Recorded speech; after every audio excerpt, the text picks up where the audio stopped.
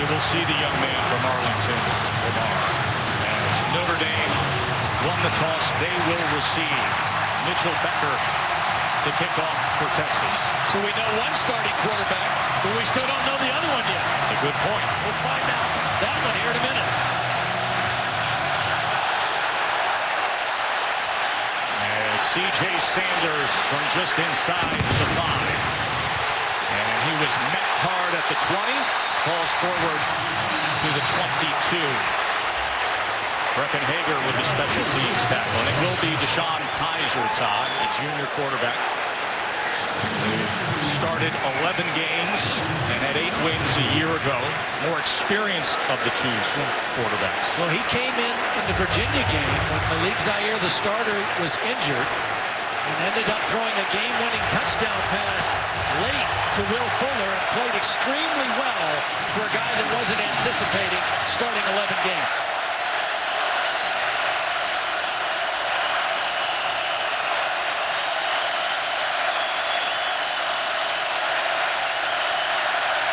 Kizer to pass to open up the season, and a shot downfield where it is defended and incomplete. He was looking for St. Brown. Haynes had coverage. The impact players, and with Notre Dame on offense, will start with their left tackle. Mike McGlinchey moves over from right tackle this year. All the way too early draft boards have him as a first-rounder himself. St. Brown is the receiver you just saw, and Malik Jefferson continues to be a rising defensive star for Texas. The real challenge for Texas will be defending the Notre Dame run.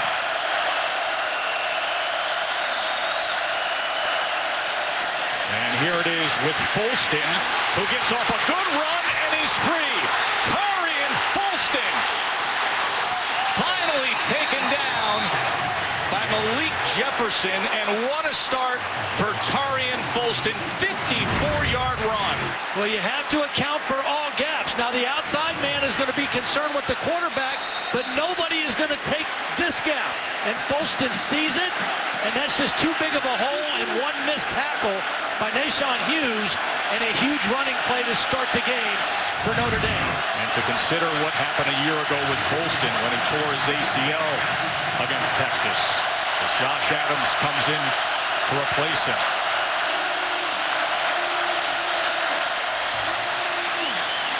And Adams able to muscle his way to the 19-yard line.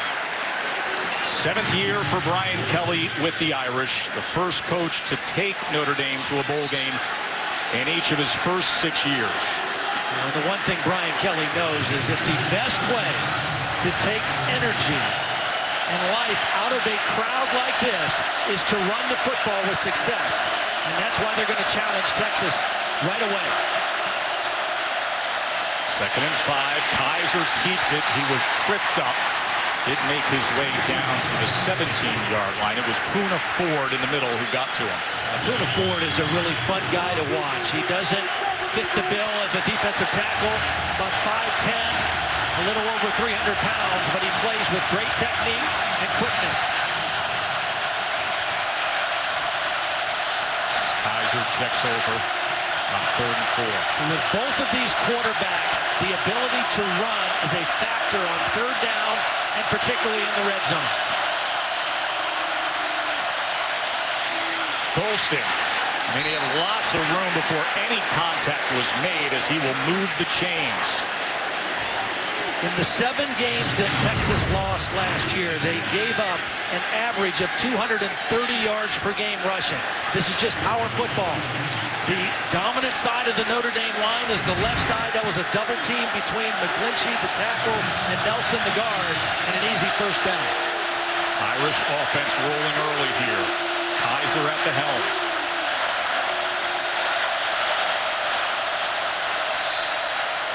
To the end zone. St. Brown, touchdown Irish! Equanimous St. Brown at 6'5", up and brings it home. Got away with a little bit of a push at the end. Devontae Davis is big by corner standards. He's 6'2", but as you mentioned, St. Brown is 6'6", and a beautiful throw to the outside shoulder by Deshaun Kizer and Notre Dame strikes first. You throw the football there, it's impossible to defend. There's the pylon cam look. Very athletic. EQ St. Brown. They think he's going to be a breakout star. As Justin Yoon tacks on the extra point.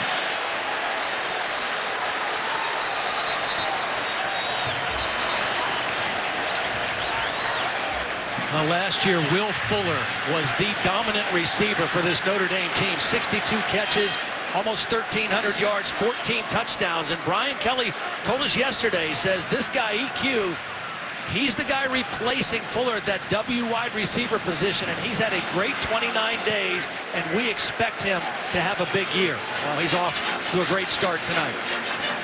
I'll bring up the loss of Fuller. 81% of their total receiving stats gone from a year ago, but you can see the upside with the athleticism of some of these young guys who can emerge. They're talented. What a catching radius on St. Brown. Yeah, quarterbacks love that. There's a large margin for error. Young man who was born in Germany, speaks German. Dad's got an interesting athletic background. Two-time Mr. Universe.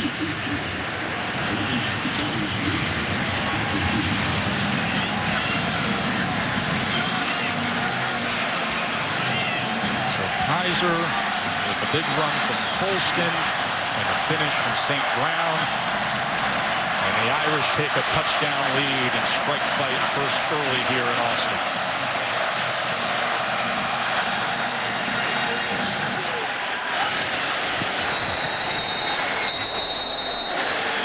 Well, here's the moment that the locals have been waiting for. The debut of the true freshman, Shane Buechele. Well, he's a very talented guy, had an excellent high school career, graduated in January, enrolled early, and went through spring football here and really lit it up in the spring. And I just think his skill set fits the offense that Sterling Gilbert, the new coordinator who came from Tulsa, kind of originally came out of the Art Briles coaching tree, was a GA for Briles at Houston.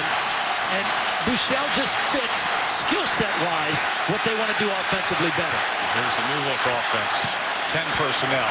And a good start to it with Deontay Foreman moving the chains right away with a 13-yard run. And tempo is the thing that Sterling Gilbert brings more than anything. Not the X's and O's, the tempo, playing fast. Snapping with 31 on the play clock. That is up-tempo. And Texas with another 5 yards forward. The good thing that this offense has for a young quarterback is two powerful running backs to turn and hand it to. The running game, very important. First pass of the career of Shane Buechele, and it's complete to John Burt. And they're past midfield already. 13-yard reception. And when you run tempo, you better make a couple first downs to get momentum. And this is a perfect drive for the young quarterback and the Texas offense. Here's Foreman again. At 249 pounds, surging to the 35-yard line. Nice job cutting inside the block of his pulling guard, Patrick Vahe, on that play.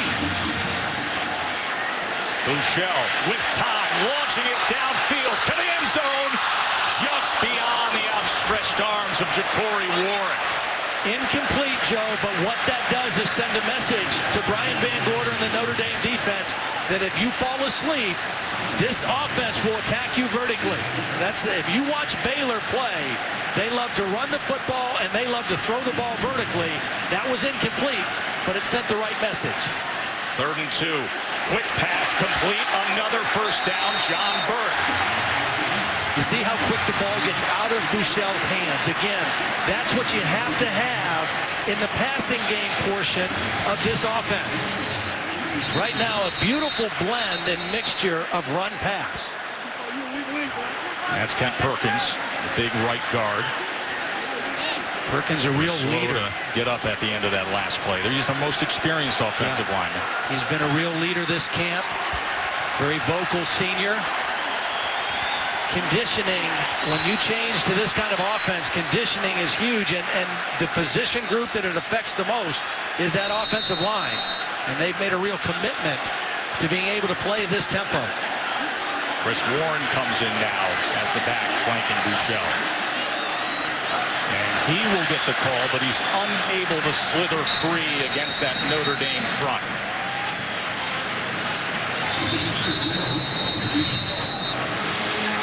Sophomore from Houston, Elijah Rodriguez, stepped in to replace Kent Perkins. As Texas once again quick to that line. A 2nd and 8 now. And Warren bounces free and then is met again, as it was Avery Sebastian cleaning that up. So Trent will get involved as well. So a 3rd and 6 for the Horns.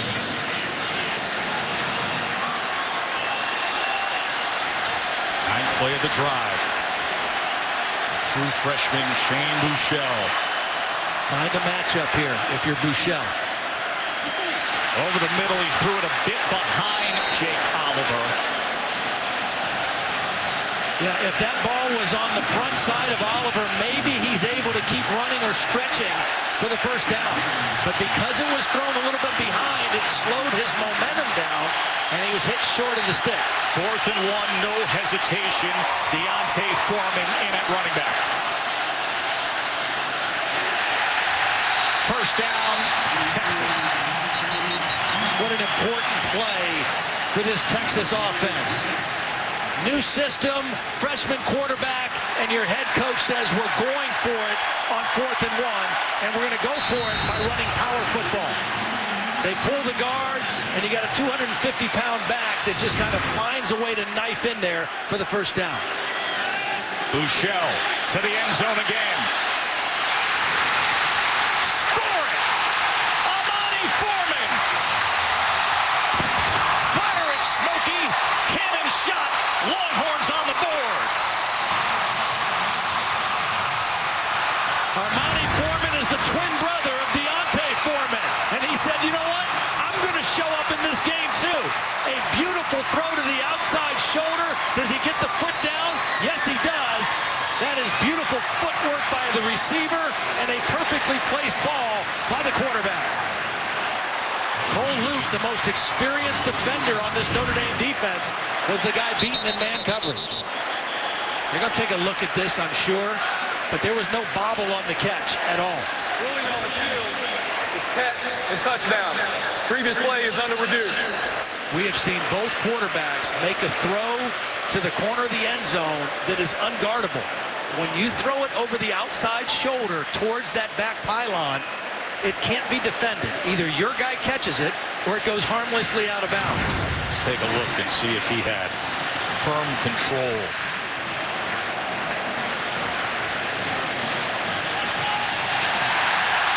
If he has control and the ball touches the ground, it's okay, as long as the ball is not moving as he goes to the ground.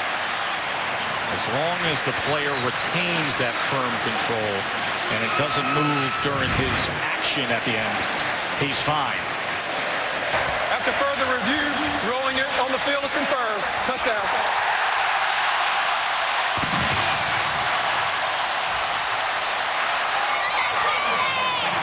Both offenses scored by throwing touchdown passes, but it was set up by their ability to run the football and put this defense, both defenses, on their heels.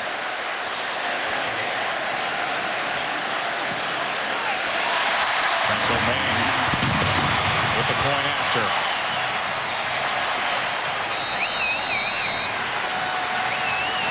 You like offense in seeing what they've got with their true freshman quarterback. What we have is a great one early on. 7-7. A lot of fun here on Sunday night, deep in the heart. C.J. Sanders.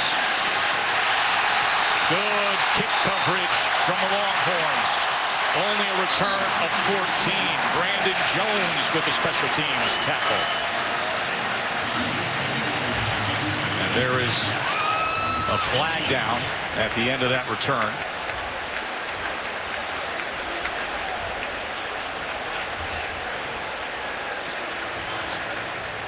Gary Patterson is our referee. He's from the ACC. We got the Big 12 upstairs with the replay guys.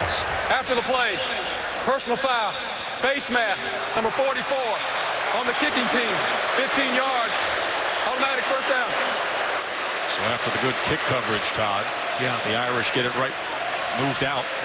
Well, and those are the kind of penalties that Charlie Strong definitely does not want. I mean, they got excellent coverage. They're going to make Notre Dame work the long field. As we see Malik Zaire getting ready to come in for his first series. He was the starter in this game last year, went 19 of 22 for over 300 yards, played a brilliant game, and then was injured in the second game of the season. Only 3 incompletions against Texas last year, and 2 of them were drops by his receivers.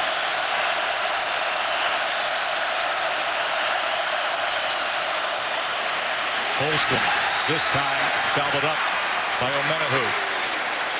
The difference, beyond the obvious difference between these two Notre Dame quarterbacks, Kizer is a right-hander, Zaire is a left-hander.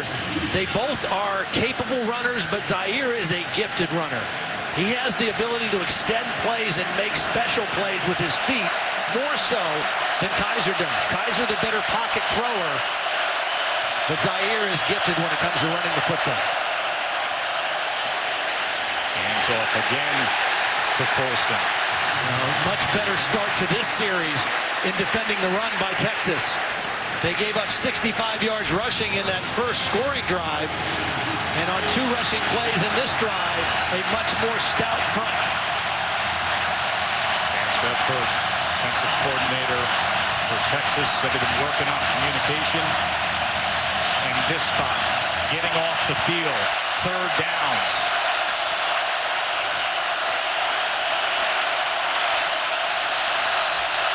Texas showing man coverage. Zaire steps up in the pocket, tries to just throw it forward that time as the pressure got to him with Paul Boyette. Rolling on the field, incomplete forward pass, 4th down. Well, we mentioned Kent Perkins being a leader on that offensive line. Paul Boyette, the senior defensive tackle, number 93, spins right in to the quarterback and then does a great job of wrapping up Zaire around the waist and not letting him skip out of the pocket. Tyler Newsome on to punt. Corey Ward, the senior, back to return.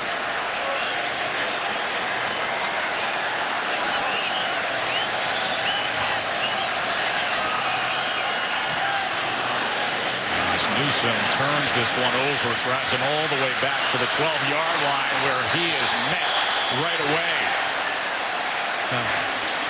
Pretty good football player down there on the special teams, your tailback Josh Adams. Great coverage by Adams. Big punt from Newsome. Gary, I don't know how many there were handlers he had, but Bevo 15 was the one calling the shots on how fast he was going to get himself to that pen. He is cared for by that student-led group, the Silver Spurs. Deontay Foreman, he puts down that shoulder at 249 pounds. He's only going one direction, 5 yards for Foreman. And those are all wins in this run game. And that's great balance. That's 7 runs and 5 passes now to start this game for Texas's offense. Watch that play clock down in the bottom right corner, and there is a flag coming in as Texas tries to go fast. Drive the snap, false start, number 76 offense, 5-yard penalty, 2nd down. Let's check in with Holly. Well, right before he took the field for the first time, Shane Buchelm was so calm. I was standing right next to him. He's the first freshman to start the opener since 1944. Think about this. It's rare and unusual. But he went over, gave Sterling Gilbert a big hug, his new offensive coordinator. Totally calm, and that calm demeanor is carrying over to his offense right now. No doubt about it, Holly. What an impressive start on that opening drive. And nearly tackled for a loss that time as James Onwabu came in. Well, he took a great course to the football. No wasted steps upfield, read the play, and came right downhill for the tackle from behind. And he got the honor of wearing that number 1 jersey tonight, handed out by Brian Kelly. This is where the young quarterback has to be smart. If it's not there, don't try to force anything. 3rd down and 8. He's going to take a shot for Burt. Right off his hands. Buchel laid Boy, I like this kid's arm now. That's the third vertical shot they've tried in this game.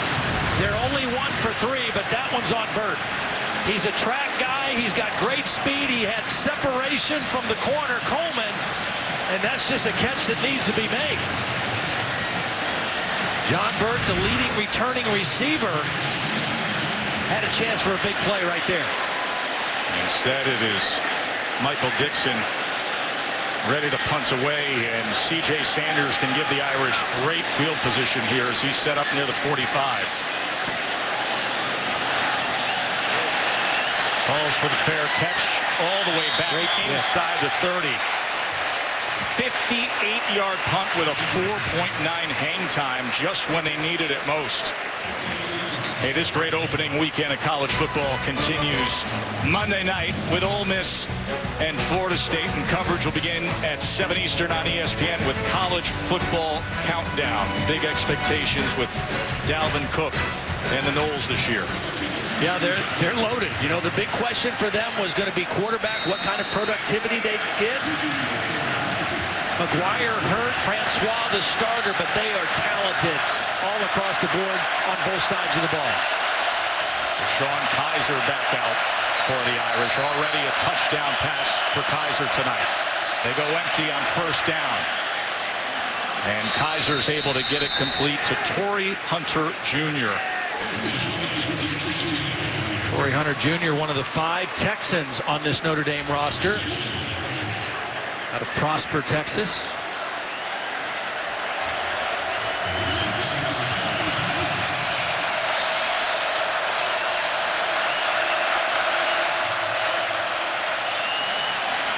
Adams with a first down for the Irish. A 7-yard run for Josh Adams.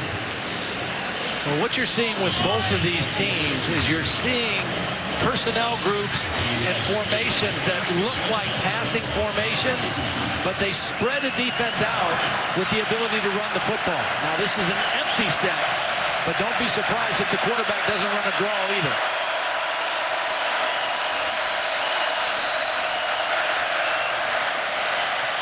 Kizer inside screen, nowhere to go for St. Brown.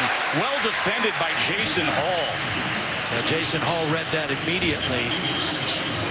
Sometimes you call that little underneath screen hoping for a blitz. It was not a blitz, and it was well read by Jason Hall. And Zaire looks on, and Kizer faces 2nd and 10.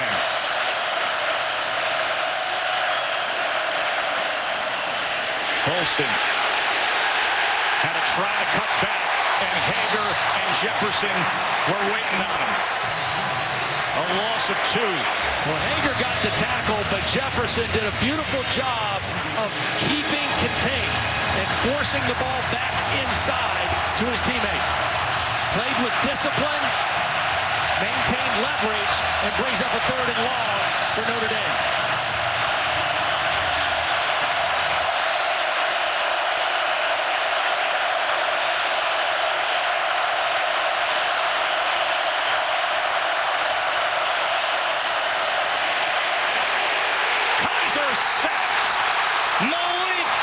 And the roar of DKR thunders down.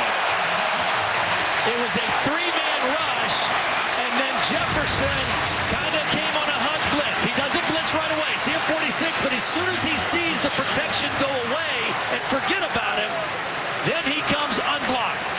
Good patience and timing by Malik Jefferson to get to the quarterback. Texas defense just looks different. Energy in this place just feels different. Hey, in the AT&T Inside Access at practice this week with the Horns. I'll tell you what, he was legit. I've been at practices where celebrities show up, talk to the team, then scoot out of there. He was there for the entire practice and fully engaged. As Chris Warren tries to test that left side. I mean, he's a football guy. Dad played at Kentucky, played at Houston, was actually drafted by the Packers. And he's local here in Austin, teaches a class at UT. Talking to the coaches, talking to players, taking pictures afterwards. I was impressed. Warren, maybe just a yard that time, as Isaac Rochelle, who's a big force up front for Notre Dame. He's primed for a big season with a tackle there. Yeah, he was a little bit overshadowed last year by Sheldon Day, who was kind of the big name guy on the defensive line. But Rochelle had an excellent offseason and is really, as you say, poised to have a huge year. Freshman Shane Buechele, 3rd and 5.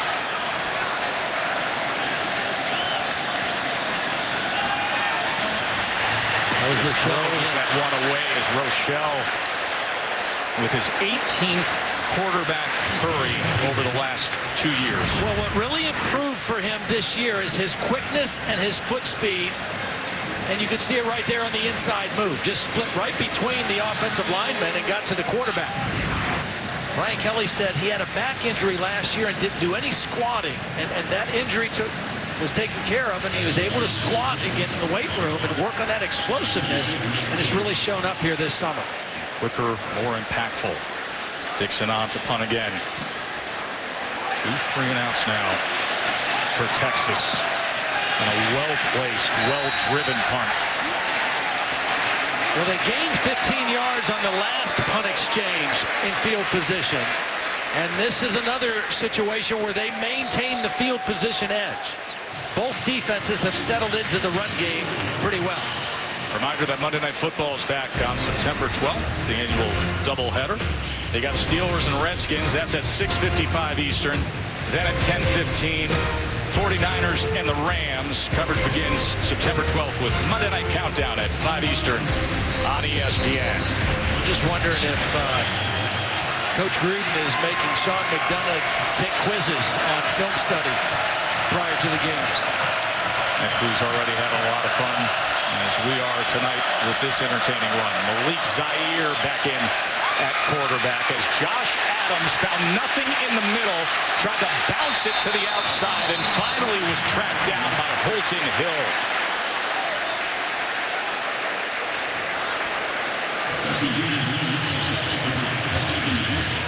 One of the real points of emphasis in the last recruiting class Charlie Strong signed was defensive linemen.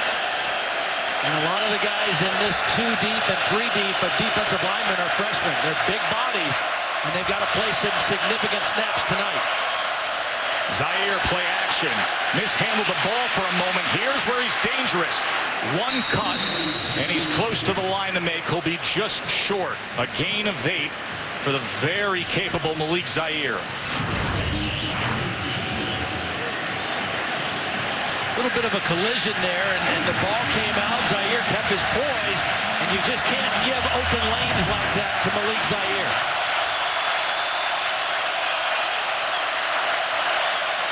Adams on 3rd and 1, and he has the first down for the Irish.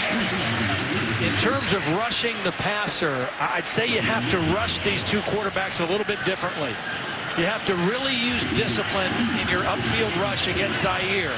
Again, Kizer is a capable runner, but he's not going to hurt you as much running it as if you give open lanes to Malik Zaire. Both guys, Ohio high school quarterbacks. One from Kettering, one from Toledo.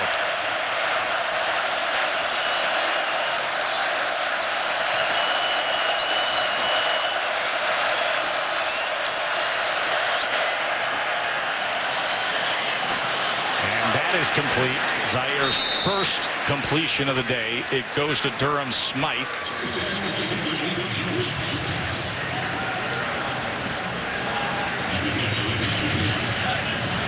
Smythe only 3 catches on the season last year, moving into a much more prominent role in his senior year. Another Texas native out of Belton, Texas.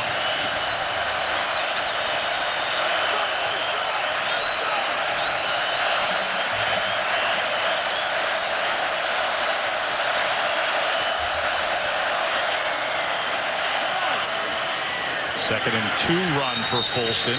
Will give the Irish another first down. Running to that left side. Again, that's where their power and experience is. It starts as a double team between the tackle and guard, and then the tackle moves off to the second level, and an easy first down conversion. Both offenses came out hot. Kizer and Buechele with touchdown passes. The defense is settling in.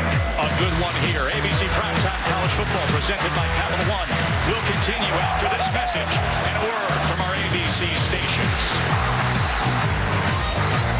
Football playoff on a hot night here in Austin. Joe Tessitore, Todd Blackledge, Holly Rowe with you here. Number 10 Notre Dame and Texas tied up at DKR Texas Memorial.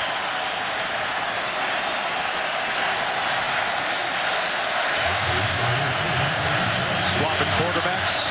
Kizer struck first for the Irish. Now Zaire in at quarterback as Tarian Folston takes it ahead. Taken down by Hill, a gain of 8.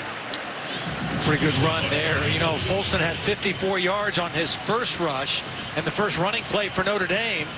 And before that 8-yard run, their last 12 runs, only 31 yards. So the Texas defense has really started to play a little bit more sound and stout against this Notre Dame run game. And again, that's where it has to start. If you can't stop them from running the football, then you have a very difficult time. And stout was not an adjective that was being applied last year to that defensive front. Folston's very talented. 2nd and 2. Gets the call again. And there is that Texas front. Chris Nelson with a tackle for loss. A great penetration that time by Chris Nelson, sophomore out of Lakeland, Florida. Watch him come right into screen here, right up into the backfield, maintains leverage, wraps up until he gets some help. A big negative yardage play by the running game. 3rd and 7. They came up with that stop and sack on 3rd and long moments ago.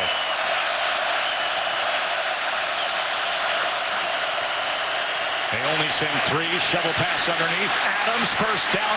Irish crossing midfield. Good play call from Notre Dame. Yeah, it really was. And a nice job blocking, picking off Malik Jefferson. That's the key guy you got to get blocked here. Here's Jefferson, and watch the lineman get able to get out and get a piece of him. The right tackle, Alex Bars, gets enough of Jefferson to enable Josh Adams to get upfield for the first down.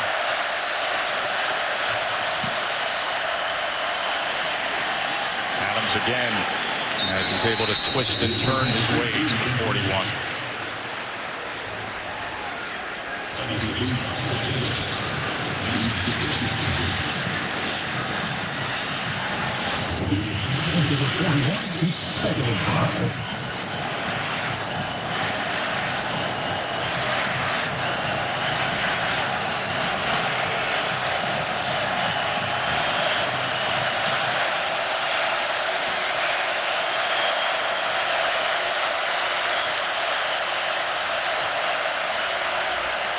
Zaire to pass on 2nd and 5. And incomplete. It's a hard throw. That's good discipline by the Texas defense. If you want to flush Malik Zaire out of the pocket, you want to make him go away from his throwing hand, where he has to really get his shoulders around and throw on the run. You don't want to let him roll out left and escape pressure. You want to make him get outside to the right. And that's what they were able to do there to force another 3rd down play.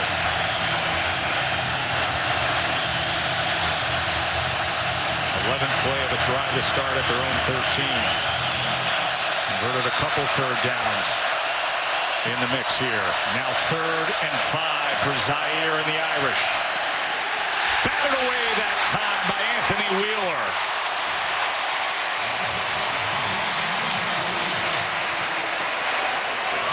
Really good coverage by Wheeler. He had inside coverage, and the corner is going to peel off and be there to help. But Wheeler is the guy who was able to get his hand on the football.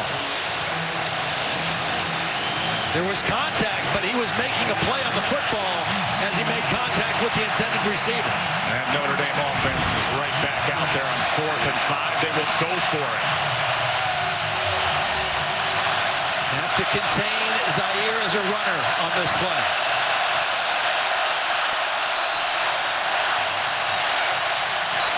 You know what? They didn't get the ball snapped, and Brian Kelly had to call timeout. Notre Dame. He was asking for it. Malik Zaire Zaire. loving it. Yeah, you're right. He's clapping, wanting the snap. Full And the timeout. center, Sam Mustipher, had not snapped the football, and Brian Kelly had to use a timeout. Remember, it's Mustafer's first career start. When Notre Dame got a break here, Brian Zakowski is the line judge, and he is going to look at Brian Kelly, and when he turns to look to Brian Kelly, he doesn't see the ball is snapped. He gives Brian Kelly the timeout. Notre Dame probably shouldn't have gotten it, and that's probably the best thing that could happen. Not only do they avoid the penalty, they get to go on the sideline and make sure they know exactly what play they want on 4th and 5. So here's your 4th down.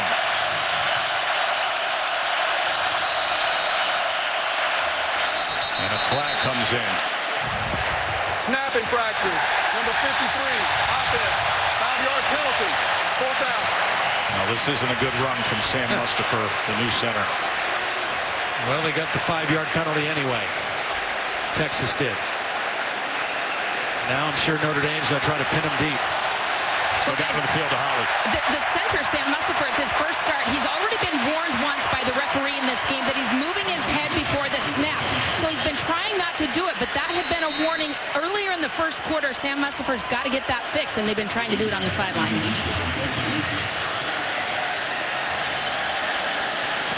Aussie-style back rotation punt here from Newsom. And Notre Dame able to work with that, pinning it at the 12. Now celebrating its 12th year sponsoring the Good Hands Field Goal Nets, Allstate makes contributions to participating universities' general scholarship funds for each field goal and extra point kicked. And to date, Allstate has contributed millions in those scholarship funds. Tyrone Swoops started last year's game at Notre Dame. Gave way as the starter. A career record of 6-8. I'm not surprised that we are seeing him in the game. I am surprised that we're seeing him in this part of the field. I thought we'd only see him in the plus territory in the red zone when the quarterback run part of the offense would really kick into effect. I'm a little surprised that he's coming out deep in his own territory. And I think so is the crowd, as you heard a reaction, but they have a package for him, and this is typically what you see. And he has success with it. They call it the 18-wheeler. Some big bodies in there, Tom. Well, when you run the quarterback by design, it forces the defense to account for 10 blockers, and that's unusual. You really have to commit extra defenders to stop the quarterback run.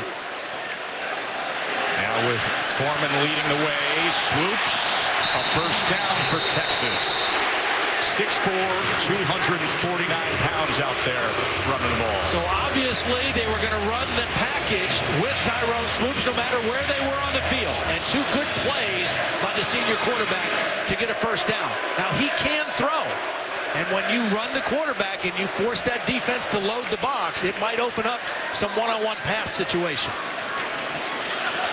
Foreman with room crossing the 30-yard line. Texas offensive line doing a pretty decent job. Yeah, they are. We talked about the freshman center for Notre Dame, Zach Shackelford. This center for Texas is also a true freshman. Played high school football last year. Came in early and has really established himself as a leader up front. Foreman again as he runs over a would-be tackler. That was Niles Morgan who came up to meet him. 6 yards there. Another first down for the Longhorns. And the reason Foreman is getting a little daylight in the running game in this possession is because of the success that Swoops has had running it. The Notre Dame defense has to account for both of them. Swoops picking his hole, and it was the right one. Crossing midfield, 14-yard run. Well, this is just power football. He's following the tight end, Andrew Beck, number 47. It's an ISO play with the quarterback. Tyrone Swoops is 6'4", 250 pounds. That's 3 250-pound running backs that Texas has. Foreman again as the lead blocker for Swoops, following well. As Nick Coleman, the corner, had to come up. and bring down Swoops. They've really got the upper hand on Notre Dame's defense with that possession. Buechele back in, and I'll tell you what, Tyrone Swoops deserves a big hand for getting this offense some momentum and making Notre Dame account for a different aspect of this offense. And now Buechele. Here's the other side of things. Burt couldn't come up with it. So you see the power cue game with Swoops, and you see the arm downfield with Shane Buechele. That ball was underthrown, though. Burt again has track speed. A long throw from the right hash mark to the left sideline. That's just got to get out of Shane's hands a little bit sooner.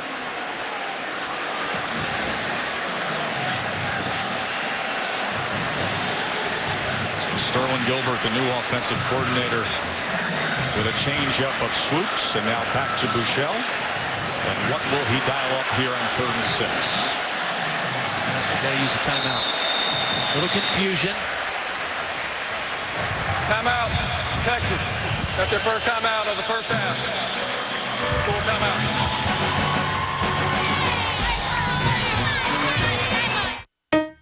Well, she loves to say, well, fantastic. Last year, 38-3. Now a 7-7 game. During the timeout, Swoops is back in there, Todd. Buechele called timeout. They thought about it, and they're going back to Swoops on the 3rd down play. And he will run it on 3rd and 6. Tried to reach out. Comes up just short. A flag is down on the near side. Texas sideline clapping as if it's offsides against Notre Dame. Remember, that was 3rd and 6. Offside. Defense. Number 98. 9-yard penalty. 3rd down. That'll tee up an easier task. And you see the look on the face of Brian Kelly. And I think you stay with Swoops. The quarterback run game has been effective. And again, you still have to account for the 250-pound Deontay Foreman in the backfield as well. Just because you know what the play might be doesn't mean you can stop it. 3rd and 1. Swoops. He was taken down for a loss. Niles Morgan and Isaac Rochelle did a great job up front. You have to stop him before he gets ahead of steam. Excellent play on the inside. Daniel Cage, watch number 75. He's the first guy to get there and slow him down. Doesn't get the tackle by himself, but he made the initial move. And now it's Foreman on 4th and 2. You know, they lined up and kind of quick snap the Notre Dame defense. Notre Dame wasn't completely set on 4th and 2, and they got the conversion. Quick to the line again. Keeping this 18-wheeler package a-rolling. That's the 11th running play on 1st down for Texas against only one pass. The one pass was a 19-yard touchdown pass by Shane Buechele, but a little heavy on run pass on 1st down. New guy in town, Sterling Gilbert. New offensive coordinator. He's going to pass now. Looking for Burt. And he overthrew the speed burner, John Burt. Well, we've seen all three to Burt. We've seen one thrown perfectly that Burt dropped. We've seen one underthrown by Buechele that Burt couldn't make a catch, and that was an overthrown ball by Tyrone Swoops. Now, if you watched the Auburn-Clemson game last night, your head was spinning with all the quarterback substitution by Rhett Lashley and Gus Malzahn, that Auburn staff. We got dueling banjos here with Buechele and Swoops just on this series. Look out for Gerard Hurd here. They have not got his hands on the football yet, number 13. 3rd and 7, complete underneath. Getting free was Jake Oliver. 1st down, Texas.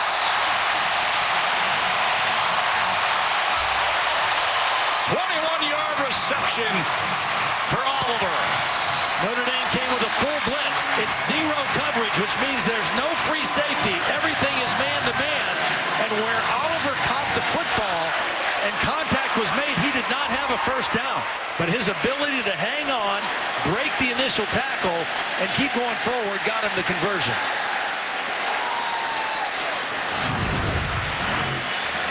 Watch, here's the hit right at the point of attack. Sebastian, if he makes that tackle, it's short of the 1st down. But Jake Reed able to hang on, or Jake Oliver, and turn it into a 1st down.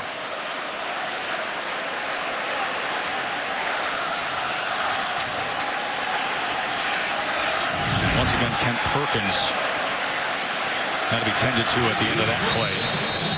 And Alex Anderson, a sophomore, will come in and take his spot on the offensive line. But Uncle Mo is with this Texas offense right now. Momentum with the combination of Swoops and Buechele. And here is Foreman getting to work again to the 10-yard line, tackled by Niles Morgan, who's been very active for the Irish defense. Deontay Foreman in an offense last year that could not throw the football. One of the worst passing teams in the country. He still averaged 7 yards a carry. Quick pass. And Foreman didn't have anywhere to go that time. A loss of 1 as Avery Sebastian was right on it. Now, Cole Luke was there as well and really made a good play. He's the guy that got burnt for the touchdown earlier. That time, you're expecting the other wide receiver to get a block, and they couldn't block Luke. Remember, this drive started on their own 12-yard line. They're to a 3rd down, a 4th down, and here they are in 3rd and 8. Empty set for the freshman Shane Buechele. They bring pressure over the middle, complete. It's going to be 1st and goal. Longhorns. Jake Oliver, big spot again. Well, they find the matchup. Jake Oliver working on a safety, and they went right to it again. Quarterback sneak now. Waiting, touchdown, Texas. Boy, that's smart. That is really smart. Shane Buechele looked to the sideline. They're saying, go, go, go. Notre Dame is not lined up. The linebackers are 5 yards deep in the end zone, and he went right up under center and went for the quarterback sneak.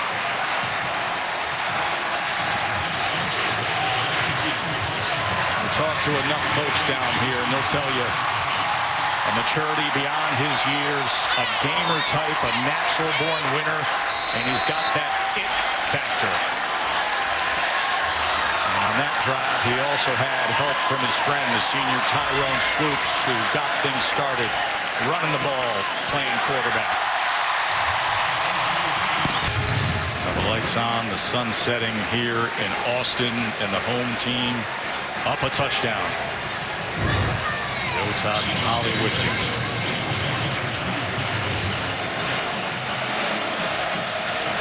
C.J. Sanders and Dexter Williams back to return for the Irish. Sanders won't get a chance. Tonight's Capital One pivotal performance time. Well, that last drive was a thing of beauty for Texas. It started on the 12-yard line with Tyrone Swoops at quarterback. He ran 5 times for 30 yards. This first play was a quarterback counter with a guard and a fullback leading. And then they got down into the red zone, and Jake Oliver was the guy. They found the matchups. He had 3 catches, all 3 of them on 3rd down situations using that big frame, and that led to the 1-yard quarterback sneak by Shane Buechele. But 16 plays, 88 yards, 2 quarterbacks. Very impressive drive for the Longhorns. And now the quarterback who started the game for the Irish, Deshaun Kizer, back in. Play action. Kizer with time. Good strike to Torrey Hunter Jr. And Dad likes it. Long-time major leaguer. And I think this is the way Notre Dame has to try to attack now. They need to try to stretch this Texas defense. The Longhorn defense doing a much better job against the run than they did a year ago in South Bend. Got to stretch them and make them play honest against the pass as well. Bunch grouping to the near side with Folston in the backfield. And Folston keeps those legs churning out to the 49.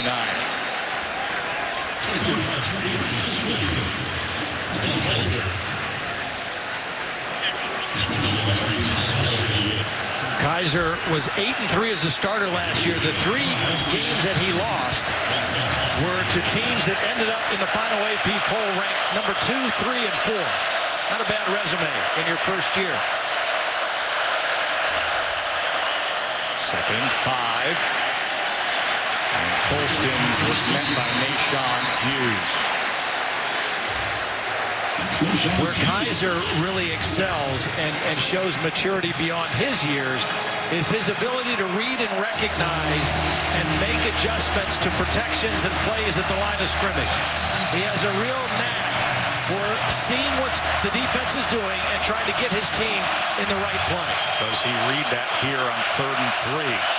The right play, the right time. Tries to get loose, reaches out, and he's going to be about 3/4 of a yard short as a flag comes down, and Jefferson and Boyette were on him. Flag in the area of holding.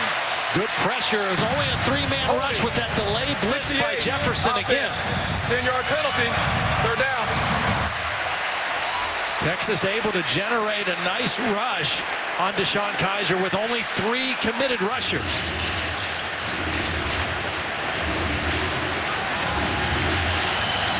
You know, this stadium has been panned in recent past as being filled with a wine and cheese crowd, but listen to it tonight on 3rd and long.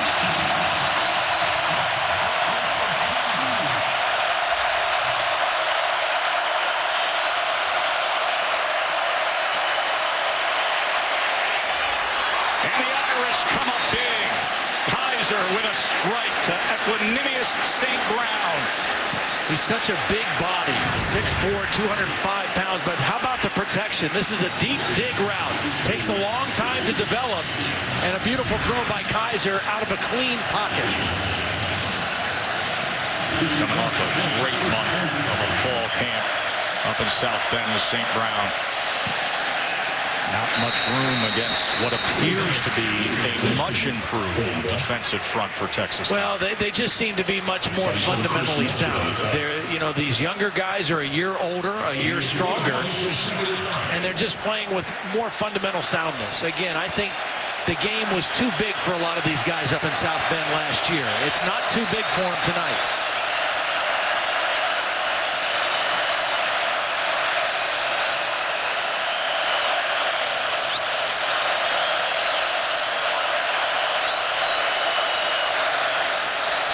Overback draw. Kizer, as we said earlier, grossly underrated as a runner. A very capable runner. That was a quarterback draw by design.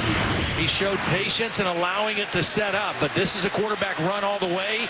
He's got his tailback, Josh Adams, as a lead blocker, and you just see he just runs differently. He covers up that ball with both arms, and he runs more like a fullback when he gets to the point of contact. Piecing together a good-looking drive here. Kizer and the Irish. Empty set again.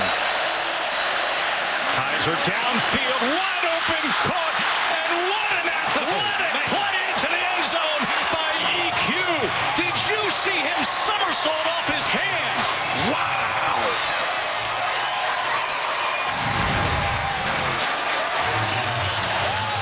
Well, Kizer saw what he wanted.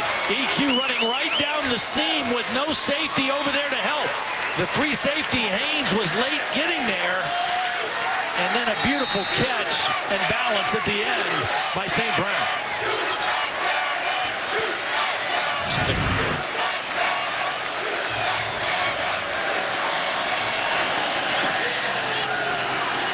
As Justin Yoon ties up the game. And on a night where Texas is feeling a star is born with their young freshman quarterback, perhaps the same is true with Notre Dame and their sensational receiver, Equanimous St. Brown. We got a good one here in Austin.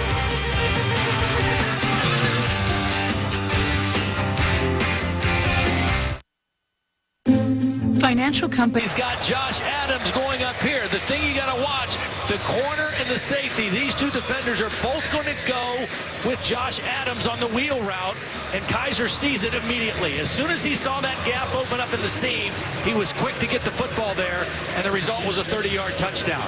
His ability to see and recognize and process quickly is what makes him special in this Notre Dame offense.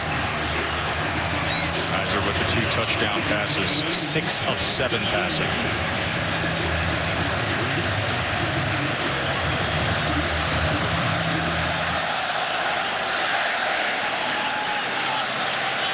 And a short kickoff by Yoon. Let's check in with Holly.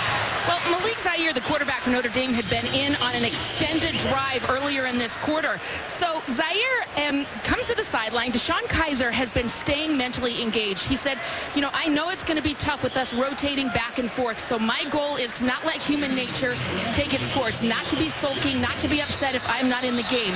He's been standing right behind the play callers, the guys who are signaling in the plays. He's staying mentally engaged in the game. I've seen him go over and continue to talk to his offensive linemen, and it paid off because on that drive, when he had to be sharp on that crucial third down, he was ready to go because he has made it a point to stay mentally engaged. Boy, he sure was, Holly. Glad you're with us here for ABC Primetime College Football, presented by Capital One. All tied up between number 10 Notre Dame and Texas, and Chris Warren able to get that out for a gain of 3. Last year in this ball game in South Bend, Notre Dame outgained Texas 527 to 163. I mean, they are playing on even footing tonight, not just score-wise, but yardage-wise, running the football, passing the football. And that is complete to Gerard Hurd, new quarterback to old quarterback. You know, he hurt his shoulder late in March, and it put him behind in the quarterback battle, and he voluntarily moved to receiver. Quickly to the line on third down, and it works out again. Chris Warren able to move the sticks. See, when your tailbacks are 250 pounds, even if you don't block it perfectly, if he doesn't get hit in the backfield, momentum's going to get you 3 or 4 yards. Look at the tempo here. Downfield, Bouchel wide open into the hands of Gerard Hurd. Just tripped up that time inside the 1-yard line. It was Sean Crawford who had to reach out in desperation. Another vertical shot. He was beat right away. And a beautiful throw by Bouchel, showing the ability to strike quickly. And speaking of quickly, they sprint down the field on offense. A flag is down as Chris Warren was bottled up.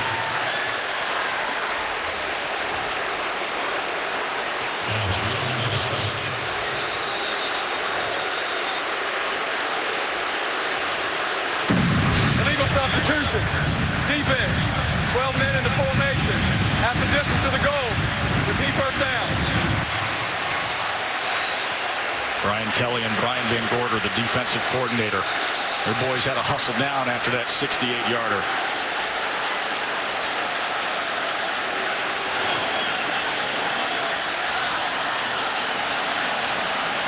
Gerard Hurd still learning the nuances of being a receiver, but he's such a dynamic player because of his speed and his ability to run. He was the key reason they beat Oklahoma last year with 115 yards rushing. Chris Warren reaching out, and he is short. As Drew Tranquil wrapped him up. Second down. That's a really good tackle by Tranquil. You got to hit a guy high at the goal line. If you hit him around his legs, he's going to fall over you into the end zone.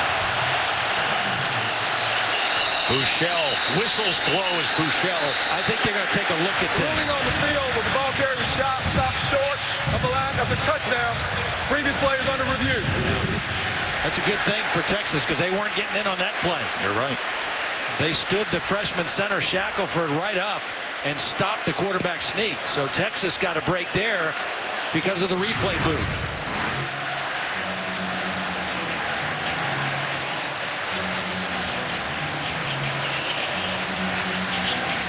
Question is, was his knee down before that ball crossed the plane? It appears that it is. I think that ACC crew down there on the field got this one right. We got the Big 12 replay officials upstairs taking a peek.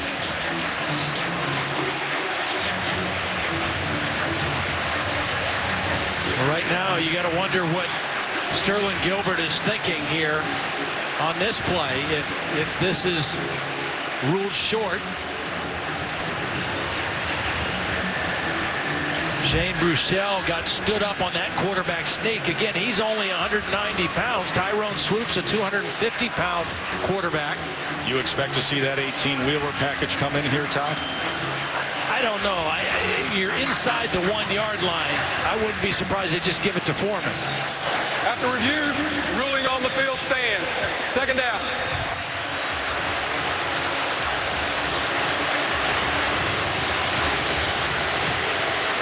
You're inside the 1. You should be able to power the football in. However, I will say that second down is the down to try to throw if you want to try to fool him. From the half-yard line. Swoops is in. So now you've got an extra blocker. If the quarterback runs, you've got 10 blockers. 158 on the game clock. 158 on the game clock. And you have an extra offensive lineman both on the line and in the backfield. This is their heavy package. They stood him up. Niles Morgan again. Texas wants the extra effort in that second surge. Ruling on the field, progress will stop. Third down.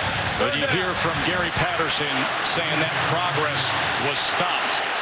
Boy, just a beautiful job. I'm not sure which defender it was on the end of the line that went low and got penetration into the backfield and stood up 2 Texas blockers at the point of attack. And the reason why Patterson was so clear in saying forward progress was ruled. Ruling on the field. Runner was stopped short of the goal line. Previous play is under further review. Let's bring in Bill Lamagna, our rules expert. Bill? Well, the ruling on the field, if they initially ruled that this is forward progress, replay's not involved in it. However, if replay determines that there was a score before he was stopped, that the initial progress across scored, they could reverse it. But once that moment happens right there, Bill, and forward progress is deemed to have been stopped, they should nothing not after review that it. happened. They should not review it at that point. The guy who made the play was Jonathan Bonner, number 55. He was the guy over the tight end that came inside with leverage and tied up 2 blockers and forced Tyrone Swoops to get stopped. After review, the ruling on the field stands. The ball carries forward progress will stop. That play is not reviewable with forward progress stop. Third down. To Bill's point. Yep, and correct. That was excellent defense. First by Jonathan Bonner, and then the defenders behind him to stop Swoops short. So under a minute and a half to play here, and 3rd and goal for Charlie and the Horns. And I think if you're Charlie Strong right now, your team has had momentum. You're thinking 2 plays here. I don't think you're thinking field goal, even though you'd love to go in with the lead at halftime. I think you're thinking 2 plays. We have to be able to get the ball in the end zone. They've got the heavy package in again. 2 extra offensive linemen in the game. To the outside. Touchdown.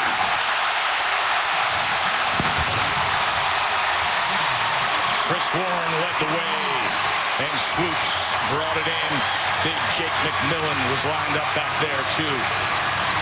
The guy who got beat on the play before, Andrew Beck, number 47, got the key block this time.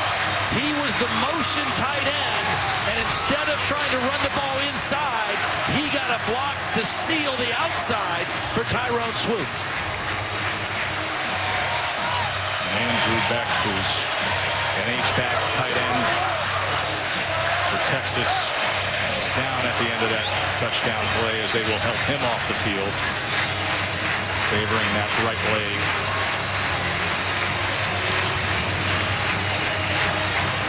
They tried to run inside.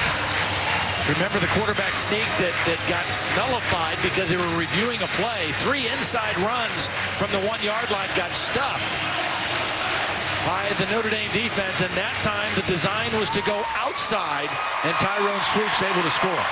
Big number 18. It's been effective tonight.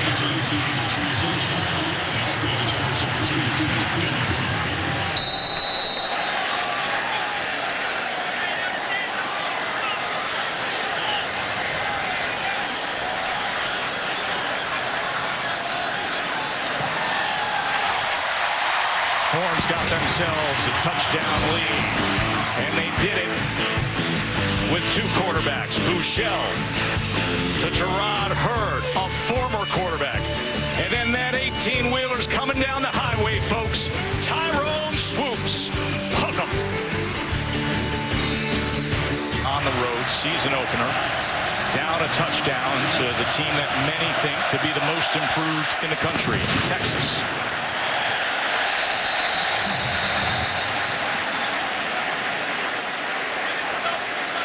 Well, this outstanding opening weekend of college football continues with number 11 Ole Miss and number 4 Florida State from down there in Orlando.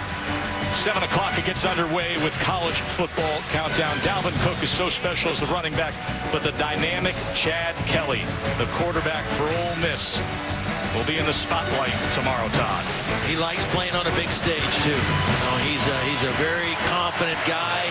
Plays with a lot of swagger. A little bit of Brett Favre in him, I think. Just went into the Hall of Fame this year.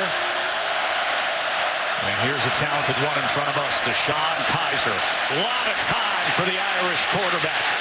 And finds his man underneath. That's the running back, Josh Adams. You're running a hurry-up offense at the end of the half. The first down is the most important one. And that time, Kizer, initially with great protection, and then when he had to leave the pocket, kept his eyes downfield. Here's Kizer again. And that was incomplete as he was looking for Torrey Hunter Jr. Two timeouts for Notre Dame. 50 seconds to play here in the first half. Remember, Notre Dame won the toss and elected to receive. Texas will get the ball first to start the second half. So momentum in the locker room with the lead could be huge for this young Longhorn team. That hit his last 7 pass attempts prior to that. Now facing a 2nd and 10. Adams. And they found him with Anthony Wheeler. So a timeout will be called. Notre Dame, that's their second timeout of the first half. And Josh Adams is still down. This is a team that had a lot of injuries throughout the year last year. We mentioned the starting tailback, Tarian Folston, was injured in this game early with a knee injury. Missed the rest of the year. Now they feel like they solved that problem, the injuries, applying some science to college football. Sleep and nutrition. The problem was off the field in recent weeks. And the issue on August 19th, recent arrests. 5 Notre Dame players were arrested for marijuana possession. 3 of them were originally charged with possession of a handgun without a license. Max Redfield was dismissed from the program. He was formally charged with illegal possession of a handgun. Devin Butler is suspended indefinitely. Others are in action tonight. And Holly has more on that. Well, after that incident happened, the senior leadership on this team said enough. They initially put some rules on there like, guys, you've got to stop going out. And Deshaun Kizer said, you know, we thought, hey, we're college kids. We want to have fun, but people have got to be responsible. He put it pretty simply. Just don't break any Indiana State laws and we should be good. But they know they have a special season on hand. They just have to be smarter about how they're handling it. And by the way, their athletic department policy states that first marijuana offense is an educational process. It's never been a suspension with a first offense. 3rd and 7 here. Kizer, sturdy in the pocket and incomplete as St. Brown couldn't corral it that time. He's been sensational otherwise. Ball was a little bit low and slightly behind him, but definitely catchable. Kizer stays in the pocket as long as he can, and watch, the ball is a little bit low, and the big tall receiver not able to go down and scoop it up. So Tyler Newsome on to punt.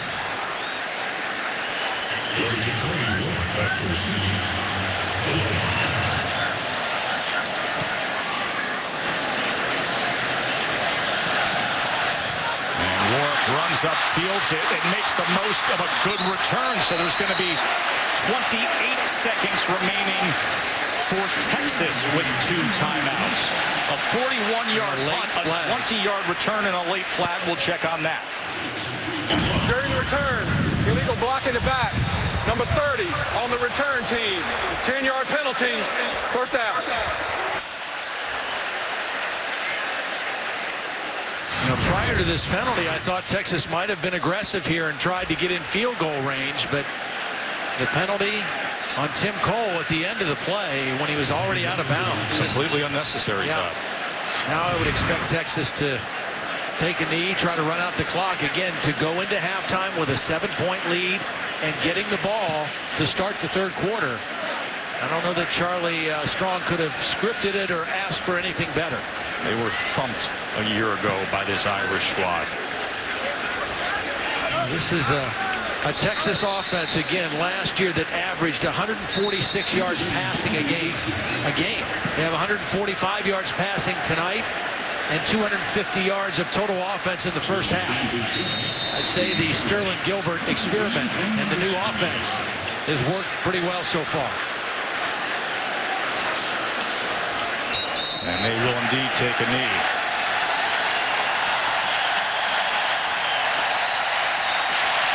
Welcome to college football, Shane Buechele. Counting for a couple touchdowns. Swoops, putting them ahead before the half.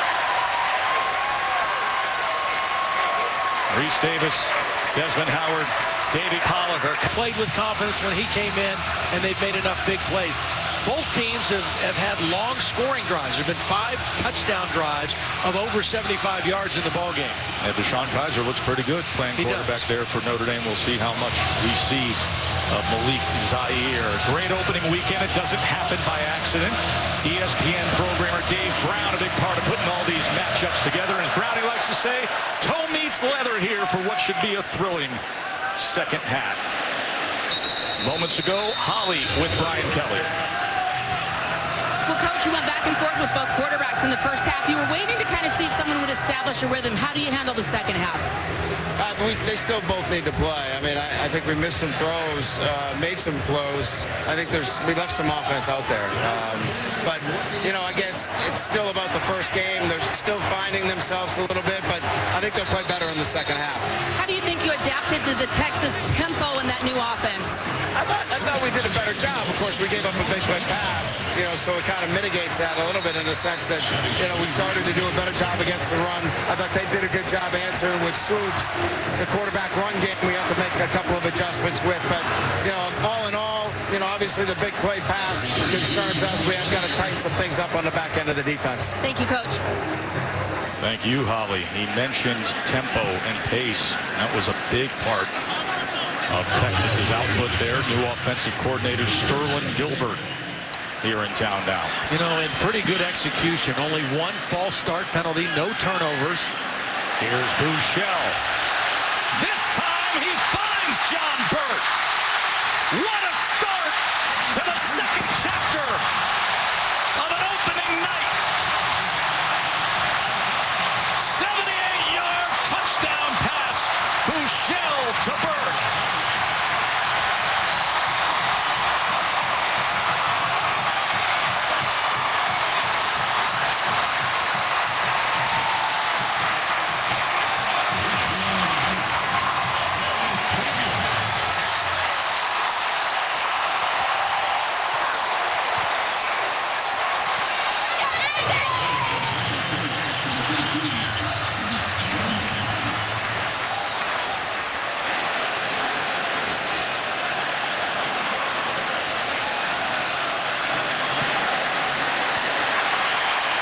That was deflected, that extra point, but still went through.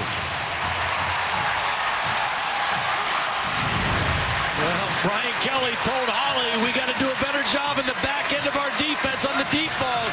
Right out of the gate, John Burt, the track guy, going against Nick Coleman. The corner runs right by him. And Shane Buechele does a great job of getting rid of the ball early. Watch how quickly it's out and lets his man run under it. He knows the speed of Burt. Don't underthrow him again. And this time, Bird hauls it in for a touchdown.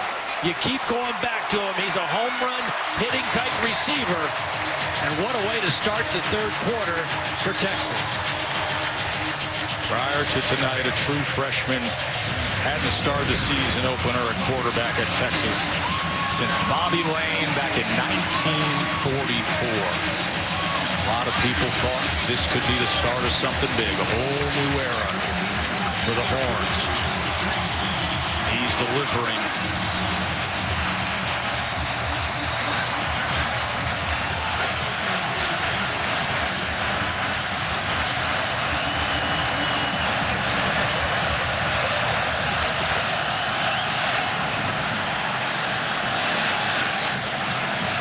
Dexter Williams. And he returns it for the Irish out just past the 25. Well, you take a look. Since Colt McCoy, they just have not had the same kind of success. Remember, they had Vince Young before Colt McCoy. And from the period of 2000 to 2009, unprecedented success for Texas football here in recent history. And ever since then, they have not had a quarterback that was able to deliver. They thought Garrett Gilbert would be the next one. There's Vince Young. He was honored at halftime with the championship team. But after Vince and Colt McCoy, they have not had a guy, and they were hoping and praying that maybe this is the guy in Shane Buechele. And now the guy for Notre Dame is going to be Malik Zaire. As he keeps it and tried to spin free, and then it was Hughes finding him. Hall made the hit as well.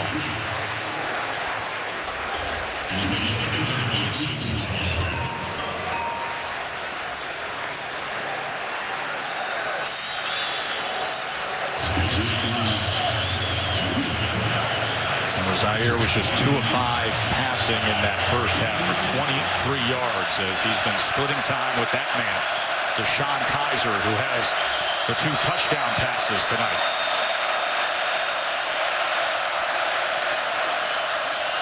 Fulston drives ahead just past the 30, taken down by Paul Boyette.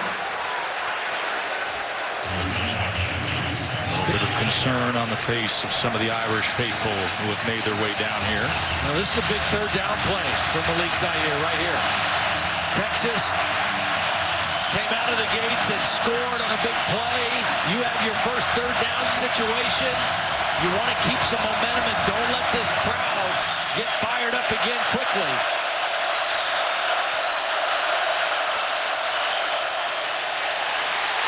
Superman on top of him. Came flying in, and Malik Zaire came crashing down. Well, Vaccaro comes unblocked. Here he is right here. And Zaire knows that the blitz is coming, but he's just not able to get away from it. He thinks the ball fake might get him up in the air and out of the way, but Vaccaro lands right on top of him after he jumps. Part of the reason was from the other side, Malcolm Roach, number 32, was closing in as well. Zaire nowhere to go. As Newsom punts away, and Warwick on the return, weaving his way just short of midfield. A flag comes down at the end of that 10-yard return by Ja'Cory Warwick.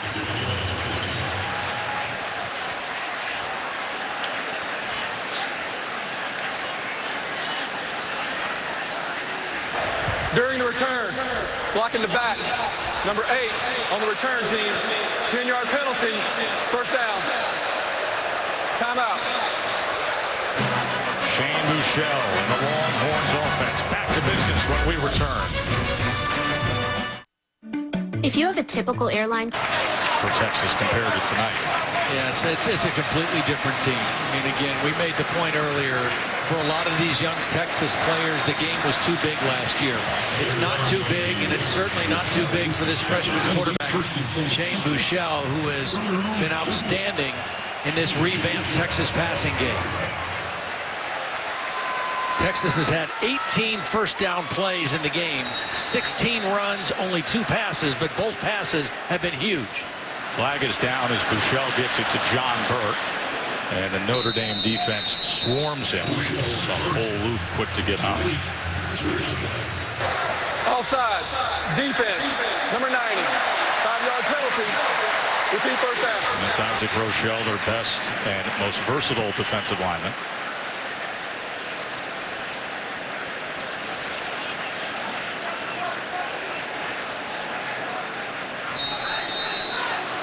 So a 1st and 5 for the Longhorns. Brian Kelly's telling him that's 2 times tonight that he's gotten called for being lined up offside. Number 56, offense, 5-yard penalty, first down. Freshman center for Texas, Zach Shackelford. You got freshman center, you got a freshman quarterback. Yeah.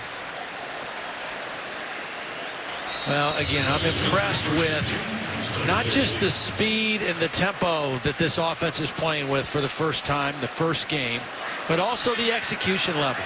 Not very many penalties. I know we just had one there. Good blend of run and pass and no turnovers so far in the ball game. Now Sterling Gilbert deserves a lot of credit. He's Charlie Strong's 4th play caller in 3 years. He is a difference maker. One of those real young hotshot play callers of the game.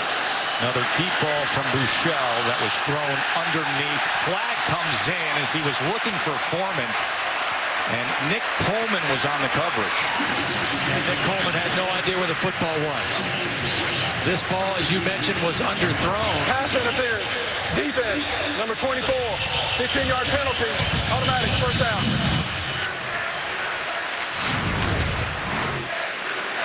I mean, he's trying, can't find the ball, and as the receiver, Foreman is trying to come back to it.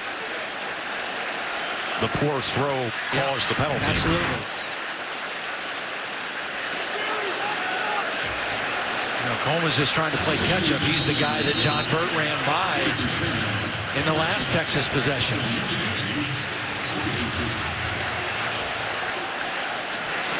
Foreman straight ahead. And Greer Martini with the tackle.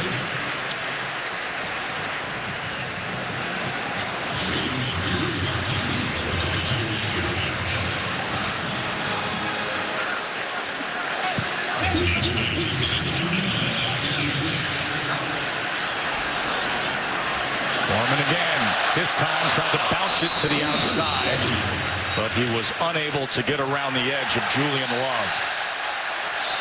And 2 flags come in at the end of that. Yeah, a little extra effort between Connor Williams of Texas and Niles Morgan. After the play, personal foul, unnecessary roughness, number 5 on the defense, 15-yard penalty, automatic first down.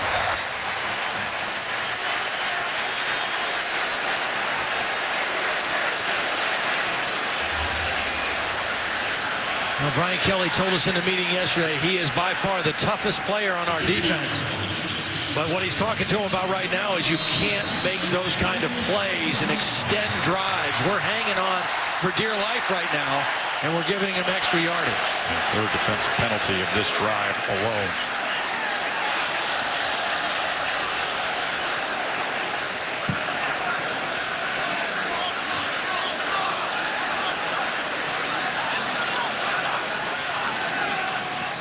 Chris Warren on first down. Nifty hole as he rolls over Devin Studstill for a Texas first down. And here's that pace and tempo right back to the line is Buechele. And right back to Warren as he's inside the 10 to the 8-yard line. Now, anybody who's watched Baylor play football the last couple years knows that, yes, they throw the ball vertically, but they want to run first. Stacked up that time was Warren as Morgan and Studstill brought him down. That is the coaching philosophy, the coaching tree that Sterling Gilbert has come from. He and the offensive line coach, Matt Maddox, also came on the staff, both from Tulsa. They were at Tulsa for a year. They were at Bowling Green for a year before that. and then 2 years at Eastern Illinois. So a fast riser is Sterling Gilbert, and he's off to a good start here in Austin. 3rd and 6. Bouchel to the end zone. Incomplete.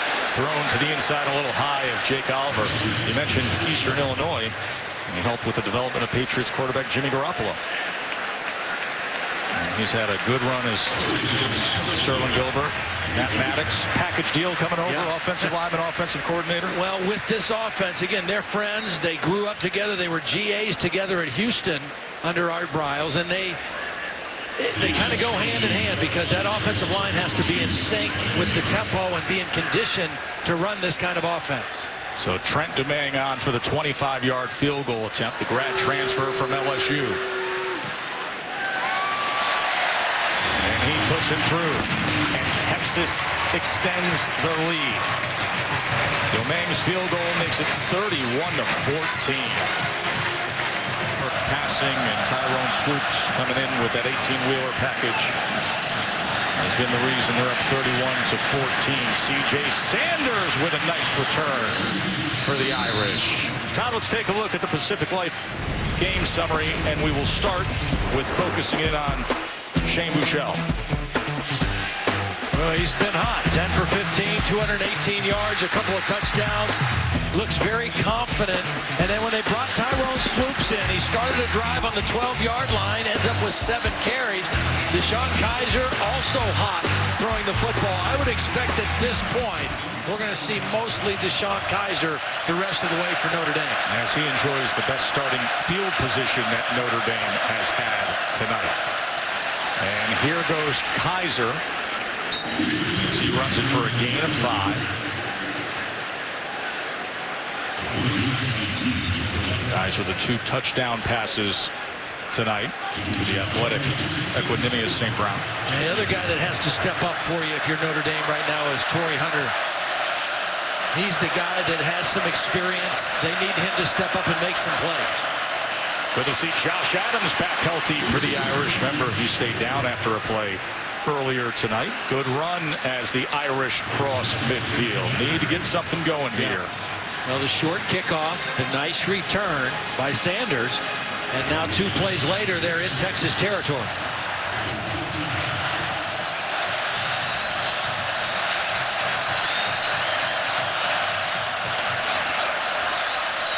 Kizer to pass, and a strike is caught by EQ. Well, that's just beautiful timing and throw by Kizer. You run the play fake, so you hold the linebackers, the underneath coverage, and then you just rise up and deliver a strike.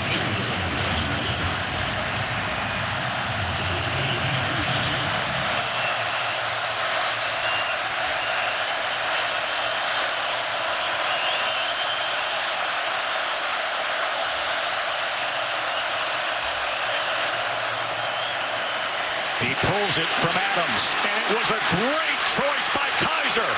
Inside the 10, and into the end zone.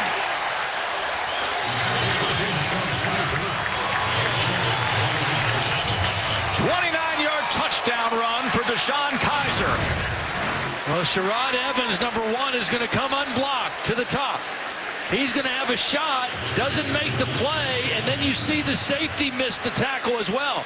Vaccaro, who had the sack on Zaire, misses the open field tackle on the bigger Kizer, and Kizer shows you his ability as a runner, and a quick touchdown for Notre Dame. Those last 2 steps, that balancing act, still with that power and speed.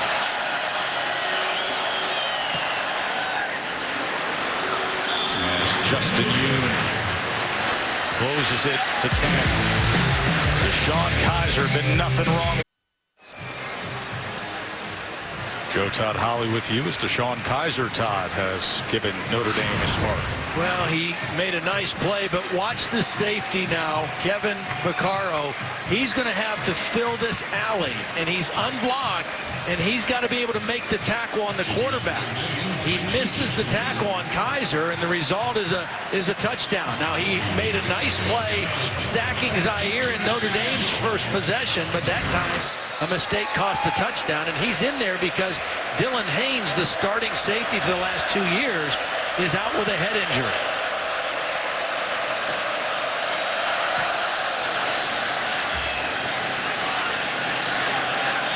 Here's Kyle Porter, good-looking freshman running back on special teams. Reminder that Monday Night Football comes back your way September 12th. The Week 1 annual doubleheader we always serve up. 6:55 Eastern. You got Big Ben and the Steelers, Josh Norman, the Redskins. Then at 10:15, West Coast matchup, 49ers and Rams. And coverage will get underway with Monday Night Countdown at 5 Eastern on ESPN. Well, Charlie Strong is not happy with his freshman running back Porter. First of all, I thought it was a mistake that he brought it out of the end zone. I think he was frustrated because he hadn't touched the football, and then at the end of the play, he gets into a little scuffle, and he's the last guy to do something. Both guys swing, but he's the one who swings last and gets seen, and now Texas has to back up and start deep in their own territory. So a costly mistake by a talented young player. Yeah, he was tussling with Nico Fertitta there, who's the son of the co-founder of the UFC. Well, I think right now this pretty penny this summer. This is Notre Dame's defense that they have to step up here. Here's the 18-wheeler package again with swoops, and Notre Dame was all over it. Well read by Niles Morgan.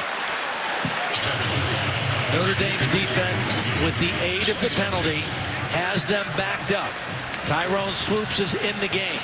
They need to get a 3 and out and get their offense back on the field. Their defense has not had a super game against this Texas offense for sure, but they've got a nice opportunity right here. Swoops just trying to shake free in the backfield and struggled to do that. Finally surging ahead. As Morgan was involved again, and there's a Texas player who is down, and that is Tristan Nicholson, who rotates in as an offensive lineman. He just got back healthy a couple days ago. Had an ankle injury, right? Yeah.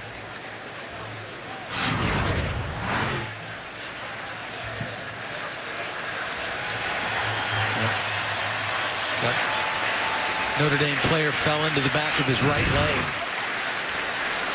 That was Jerron Jones, who weighs 315 pounds. Down on Nicholson.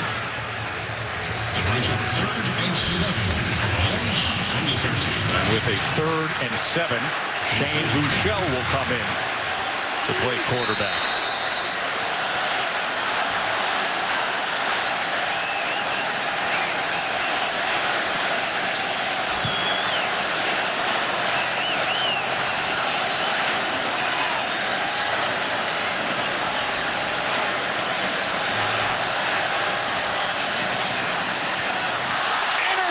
That time, Sean Crawford inside the 10, and Notre Dame is in prime position.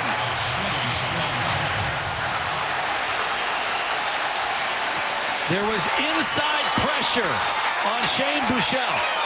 He's only 6'1", and watch the pressure come right up the middle and force the high throw. It's Rochelle who's in there. The ball is tipped by Ja'Cory Warwick, but the pass was thrown high because of the pressure of Rochelle, and Notre Dame with the first turnover of the football game. A golden opportunity now for the Golden Domers here.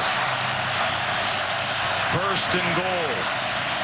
Kizer and Folston in the backfield. Can they cut into this Texas lead? 2 tight ends set here. And remember, we've already seen the running ability of Kizer. Just a gain of 1 from Folston that time. As Poon and Ford clogged up that middle.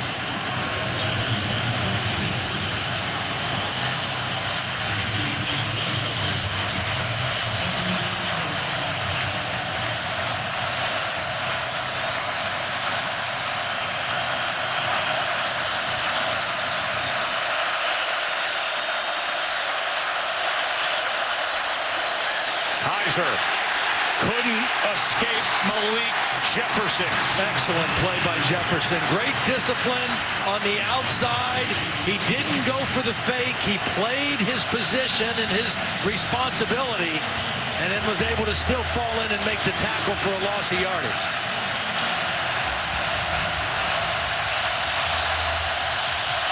You got EQ right here in the inside slot, the big receiver.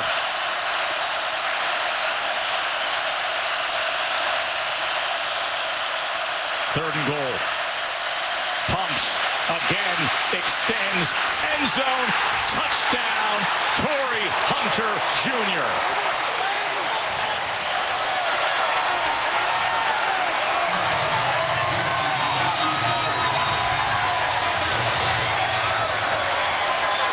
Well, he was looking for St. Brown on the post to the back of the end zone, and it's not going to be there. His first look is back here. He doesn't have it.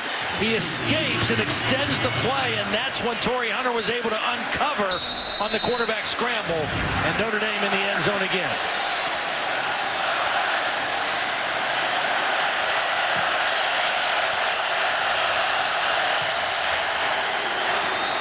What a way to respond.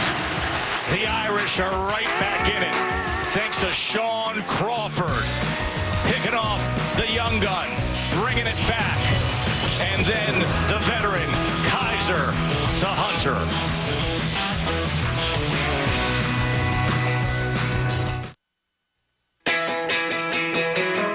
Todd, that these Texas fans want to grab on to something good. Yeah, you could feel it. It was tangible here around the complex, around the university, around the city of Austin.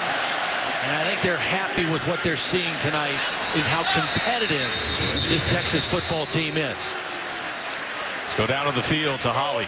Well, I kept my eye on Shane Buechele very carefully after his first career interception for Texas. He came to the sideline, and he didn't go back and sit down with the rest of the team. He couldn't bear to watch. He wanted to stay right here and see if Notre Dame was able to score off his turnover.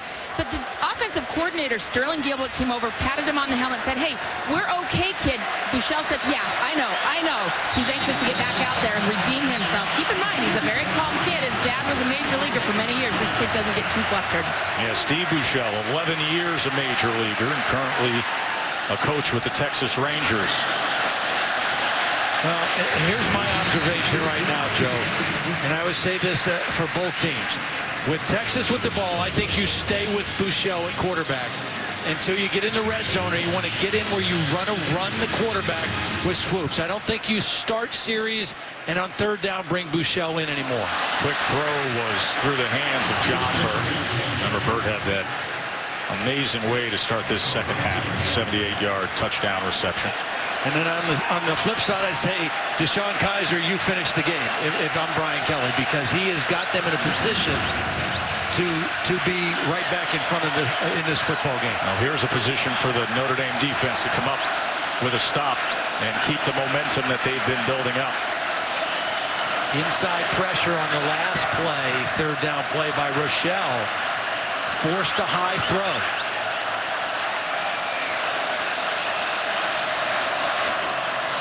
Chris Warren tried to break free, but all the Irish joining in the party. James Nwalu and Sean Crawford and Brian Van Gorder's bunch did a really nice job right there. Little twist game on the inside, and Jerry Tillery, number 99, came on the stunt right into the play.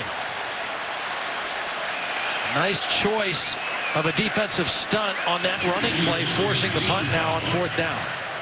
The Australian-born Michael Dixon out to punt for the Horns. C.J. Sanders back at his 19.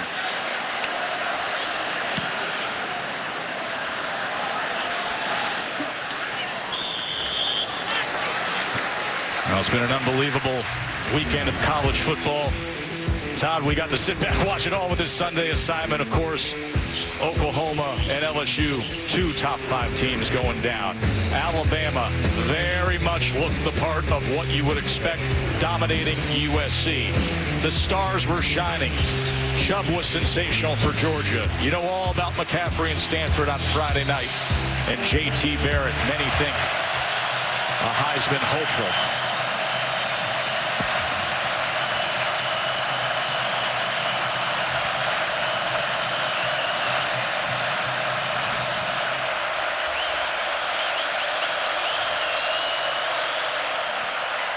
Kizer to pass.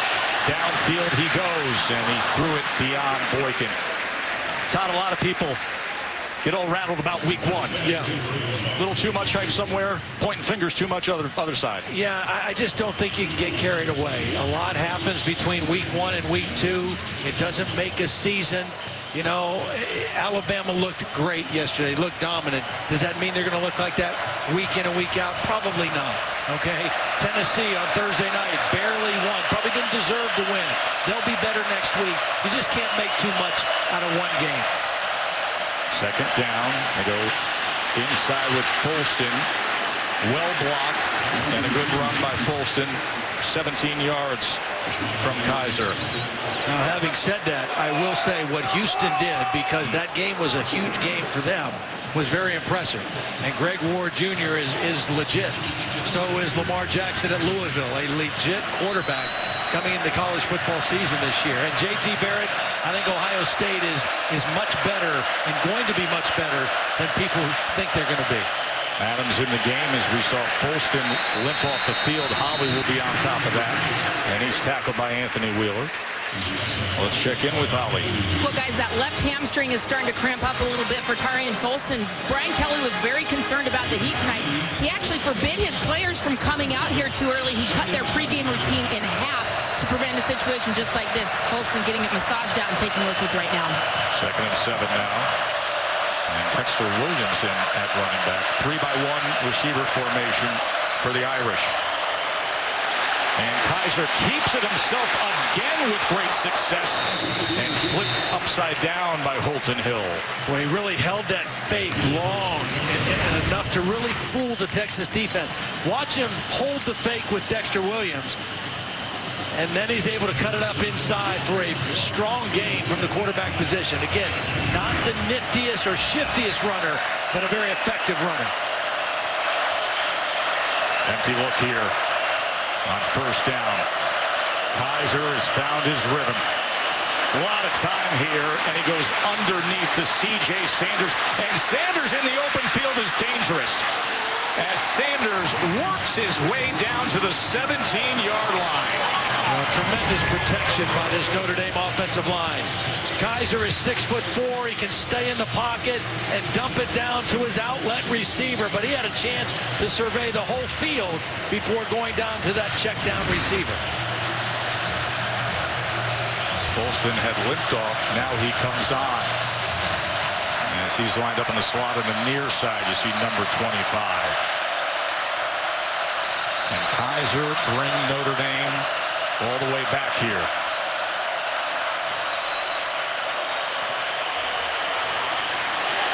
Folston kept his balance for a moment.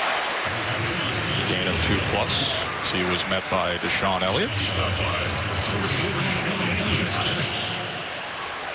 Texas trying to get some fresh bodies in there on the defensive line. Gerald Wilben, one of the freshmen, in there right now, number 94.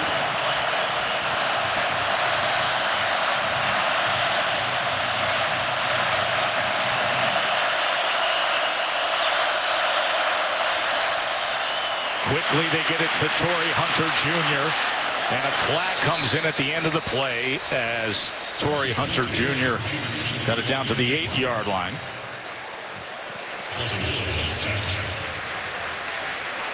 Holding.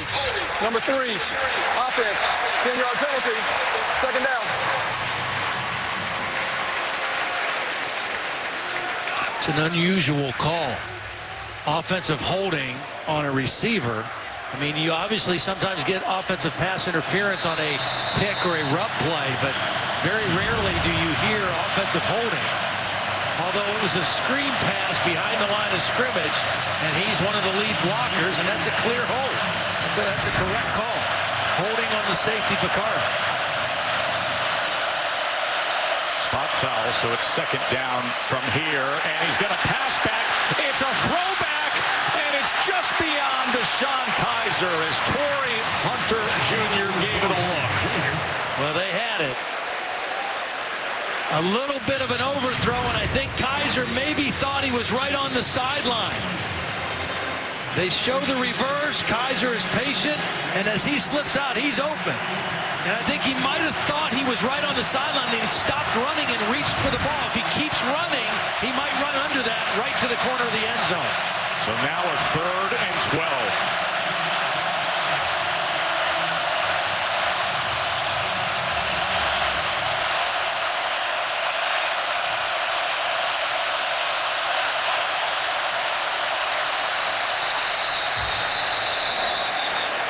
They were able to get that timeout in as that play clock was running down.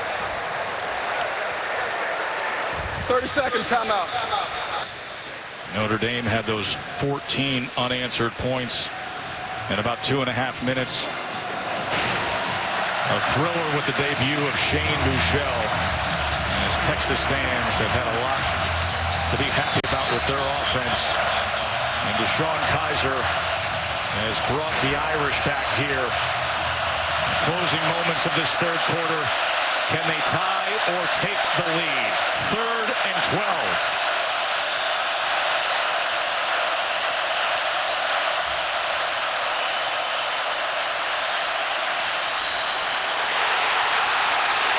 Incomplete.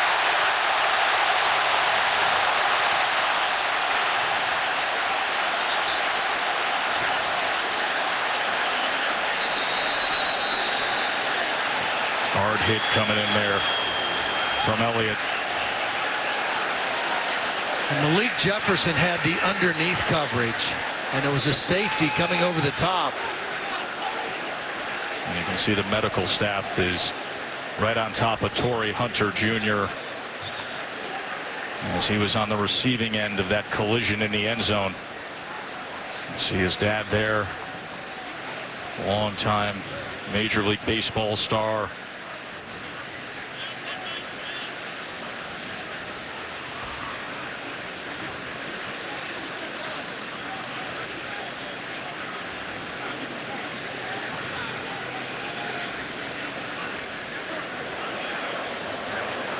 There was no flag either, no penalty called for any kind of targeting or a hit on a defenseless player at the collision of that end of that play.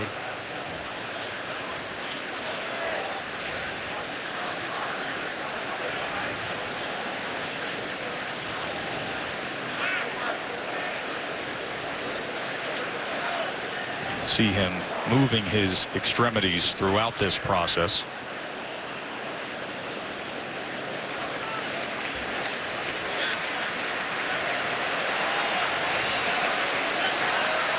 As they are able to sit him up. Always a good sign. And a nice reception of well wishes from the Texas crowd as you see the concern on the face of his family. His mother and father here in Austin for this big opening game of Torrey's senior year. Up on his feet.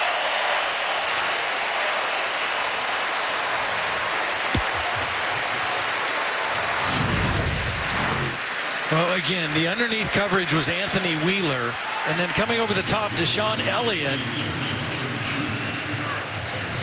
As the ball is getting to the receiver, jars the ball loose. It was a good throw by Kizer, 2 hands on it, but he's not able to complete the catch. The process of the catch has to be completed all the way through. Now, Joe, one thing that's interesting this year that's different is there was no targeting call on the field. But the replay officials this year have the ability to change that. If they think a targeting foul should have been called, they can call that down and make a change. It doesn't appear that that's happening, but that is a new rule in college football this year and will come into effect at some point this season. 12 straight field goal attempts made by Justin Yoon. And this one is blocked. A chance to tie the game goes away. Texas special teams comes up huge.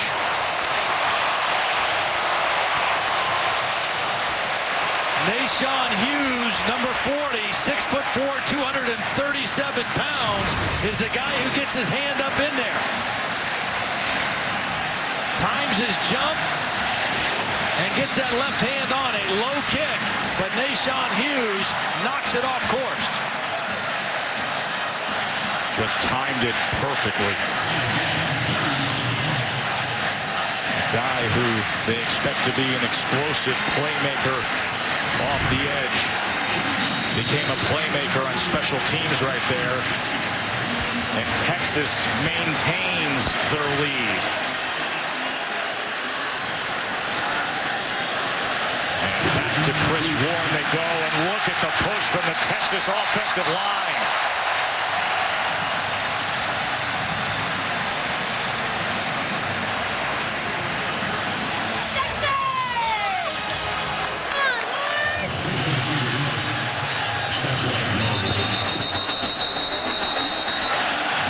Motion here with a second remaining in the third quarter. Snap. Ball start. Number 3, offense. 5-yard penalty. Second down. Yeah, even if you want to go fast, you got to make sure everybody is set. I mean, that's, you can't snap the ball until everybody is set for a second.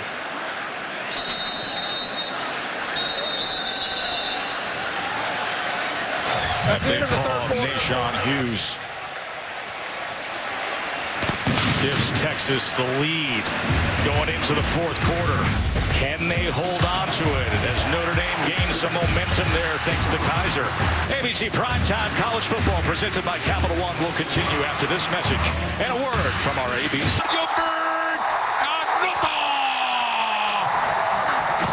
Bird touchdown the Longhorns.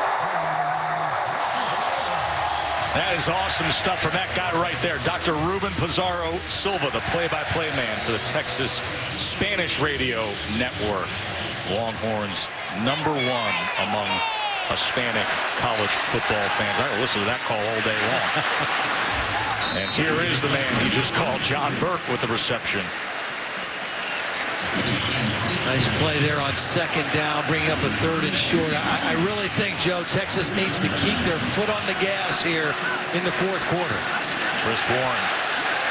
Great job by that front of the Irish, including Isaac Rochelle. See, in order to stop these big backs, you have to get penetration and get them before they get ahead of steam going. And that's exactly what Rochelle did that time. Got into the backfield and was able to stop Warren before he got ahead of steam. Get him moving sideways, wrap him up, and wait for your buddies to get there to help. So the Aussie comes back out, and the dangerous Sanders waits for it. Able to turn this one over and drive Sanders back. Inside the 15. Gets past the first group and gets free out to midfield. Tremendous return by C.J. Sanders. It was the punter, Michael Dixon, who had to tackle him. Well, first of all, a great job by Sean Crawford, number 20, blocking the first guy down. Then the return man, Sanders, makes the other guy miss and then picks up a few more blocks, and it's a huge return for the Irish. Get one block, make one guy miss, and now Notre Dame in great field position to start this possession. And Sanders off of a 58-yard punt with a 4-5 hang time brings it back 40 yards. Notre Dame in position again. Not a bad spot to take a shot deep down the field here after that return.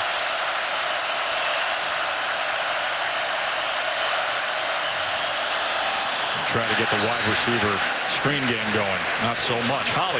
Notre Dame's most experienced wide receiver, Torrey Hunter Jr., has been taken to the locker room to be further evaluated. It looks unlikely from what I've observed that he would return to this game. Guys, that's a huge deal because he had 28 catches coming into tonight. The rest of the wide receivers combined, only 2. Someone inexperienced has to step up right now. And they targeted him 6 times already tonight. 4 receptions. We just saw Corey Holmes in the game moments ago. Second down now.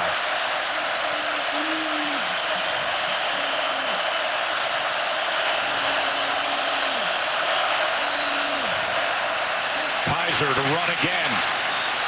patiently waited for his blocks, and he's right at that line to make. We'll see where they mark it. And then you see the power at the end of the run. 6'4", 230 pounds, and he moved the pile. First down, Irish. After being down 31-14, Kizer has found his groove. Notre Dame has had momentum. Can they capitalize?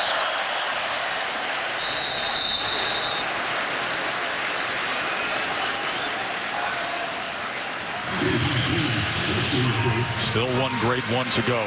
Monday night it'll be Ole Miss and Florida State. And you get the night going at 7 o'clock with college football countdown. You see the Hunter family heading into the locker room to check on Torrey. And we hope the best for him. Josh Adams gets to the corner and then forced out.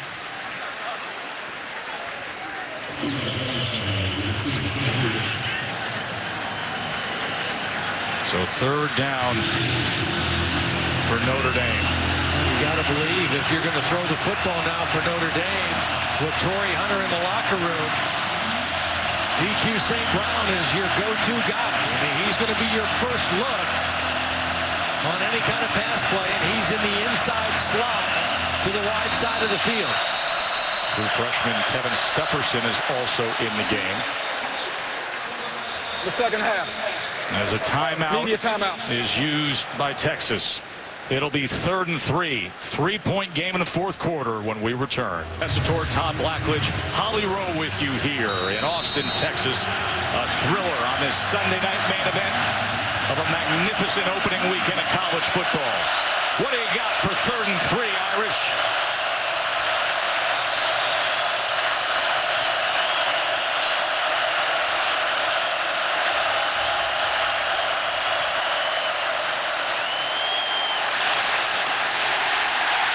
Texas has Nashon Hughes, the guy who blocked a field goal moments ago, and a flag is down. He wraps up Deshaun Kizer.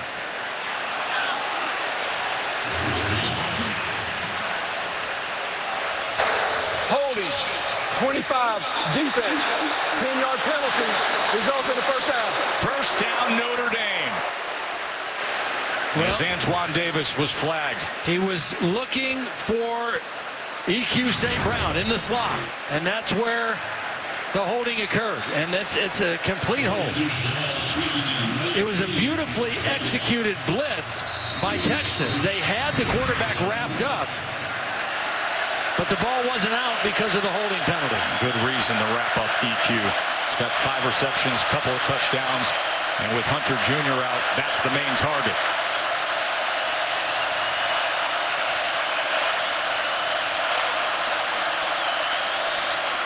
Kizer. Ball was tipped by Nashon Hughes, who was dropping into underneath coverage. He's been incredibly active, hasn't he, Todd? Yeah, he's got length. I mean, he's got a real wingspan. We saw it on the blocked field goal, and we saw it right there on the tip pass. Because this was going to be a completion. There was a cushion on the outside.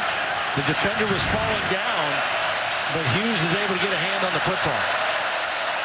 Dexter Williams comes into the backfield now. 2nd and 10. Kizer's missed his last 4 attempts.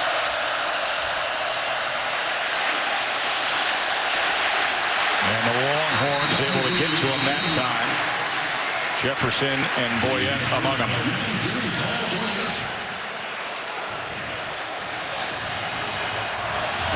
Well, this is Air looks on. It's been Kizer's show in this second half. This is the play of the game so far for the Texas defense right here. To get a stop on 3rd and 8 and force another field goal attempt.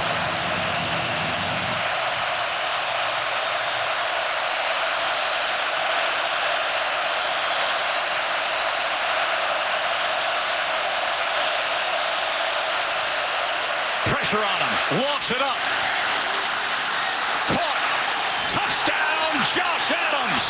How about Deshaun Kizer?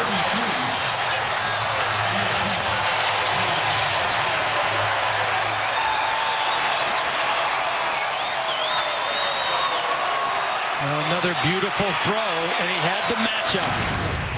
Texas comes with a blitz. That means a linebacker, Anthony Wheeler, is responsible for Josh Adams. And the ball again thrown over the outside shoulder to the corner of the end zone. And a touchdown for Notre Dame. Kizer read the blitz and then beat the blitz with a perfect throw.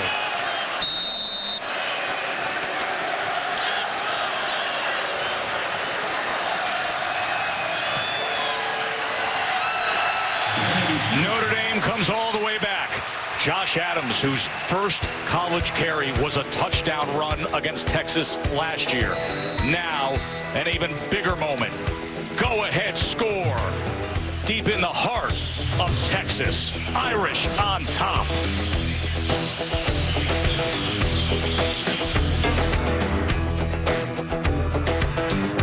Programs. Two of the top 3 winningest programs in college football history putting on a show here. 12 national titles and 9 Heismans between them. And right now, it's the Irish with Uncle Mo. 21 unanswered points. They trailed 31-14. And now a 35-31 lead. Well, Notre Dame only has 3 returning starters this year, but one of them is their best offensive lineman, Mike McGlinchey. Now watch him on this play, because there are going to be 2 guys blitzing, and he's basically responsible for both as the tight end releases. He's going to get enough of a piece of the outside man to give Kizer time to make that throw. The inside rusher got held up by the tight end, and the outside rusher got a little bit of a push from McGlinchey, just enough for Kizer to deliver the throw. You're going to be hearing his name in the first round of the NFL draft next spring. The big guy from Philly. Bouchel quickly out to John Burt, who was able to go ahead for a first down. And that's a big play, because Texas was held without a first down their last 3 drives. So to get a first down to start this one, very important. I mean, they've got to stay aggressive, and for the first time, they're behind, but they've got to stay with what their plan is. Hard to believe their first down. Look at that, since 10 minutes left in the third quarter. Consider how they started this second half with a 78-yard touchdown pass to Burt. Ever since then, Notre Dame has not only controlled the ball, they've controlled the field position. Flag is down as Foreman took the handoff.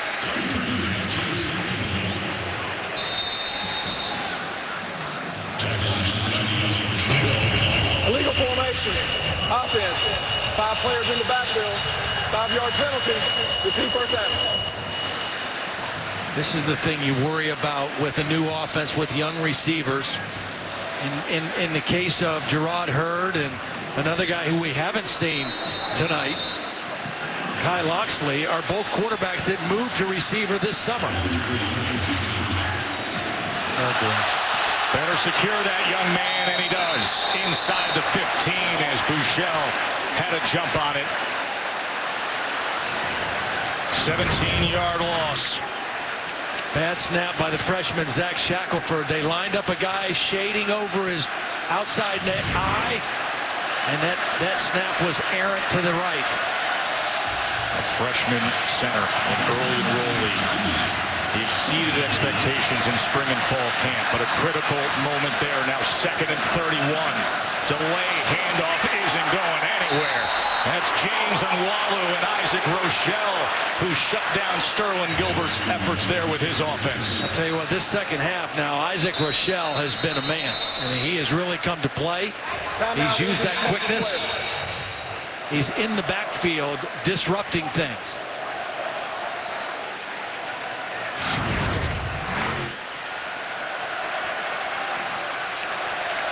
Just gets into the backfield, gets a piece of Foreman before, again, if you can hit these backs or make them change direction before they get a full head of steam, then you can get them to the ground pretty easily. This is the 3rd time tonight that we've seen Kent Perkins come off the field, Todd.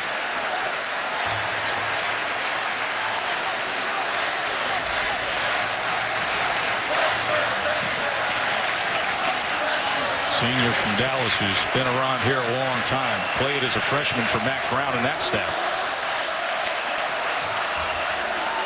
Right now, if you're Shane Buechele on this 3rd down and long, you can't do anything silly. You're still very much in the ball game, even though your offense has hit a bit of a wall. No, nothing silly on 3rd and 33 there. Punt the football and hope that your defense can get a stop.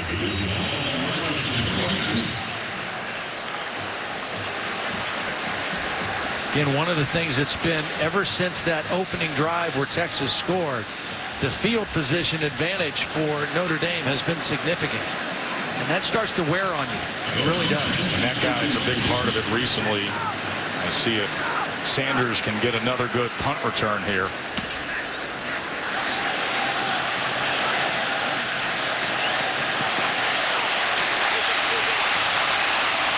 As he tries to bring it back towards the middle and is taken down at the 25.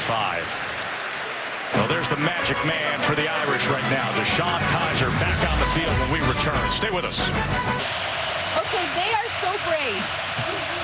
The ball is like this close and it's... Holly, that was awesome. First Tennessee, Virginia Tech will be Saturday at 8 p.m. Eastern on ABC from Bristol Motor Speedway. Kizer to pass on 1st down. And it's incomplete as he wanted Stefferson. How'd you like that ride, Holly? Well, it was terrifyingly exciting, I will say that. But what I'm impressed with is how they're able to transform that track. It's going to be about 100,000 people there around the track, and it's going to be a football field in the middle. I don't know how they're doing it, but I think it's a really cool idea. And a big shout out to Frank Beamer. I hope he gets to go down there and watch his Hokies play. Right now, the guy who's been revving the engine is Kizer with 5 total touchdowns, 4 passing for the Irish, giving them the lead here in the 4th quarter. Quarterback run, and Malik Jefferson is able to find him at the 29-yard line. So it'll be a 3rd down and an opportunity for this Texas defense to get off the field. And again, remember, with the absence of Torrey Hunter Jr., you have a very youthful, inexperienced wide receiver group out there. Stefferson, who was targeted on the first play of this drive, is a true freshman out of Jacksonville.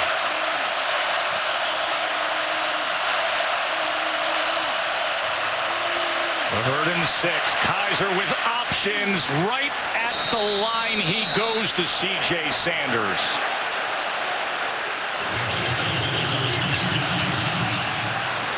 Ruling on the field, catch, 1st down. That's good work by Sanders, knowing what was needed for the 1st down. Getting beyond the stick and then securing the catch.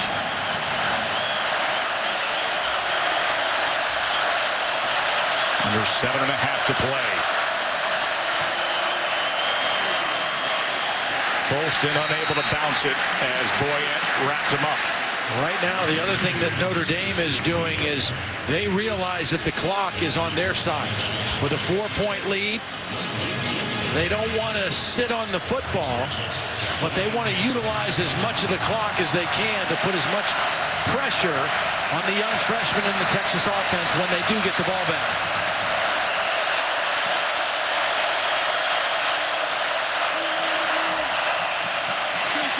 Adams. Nice one cut out just across the 40-yard line. Jefferson with yet another tackle. Well, that was a nice cut. Really planted that left foot on the ground and went straight north and south inside Puna Ford, bringing up a 3rd down and 5.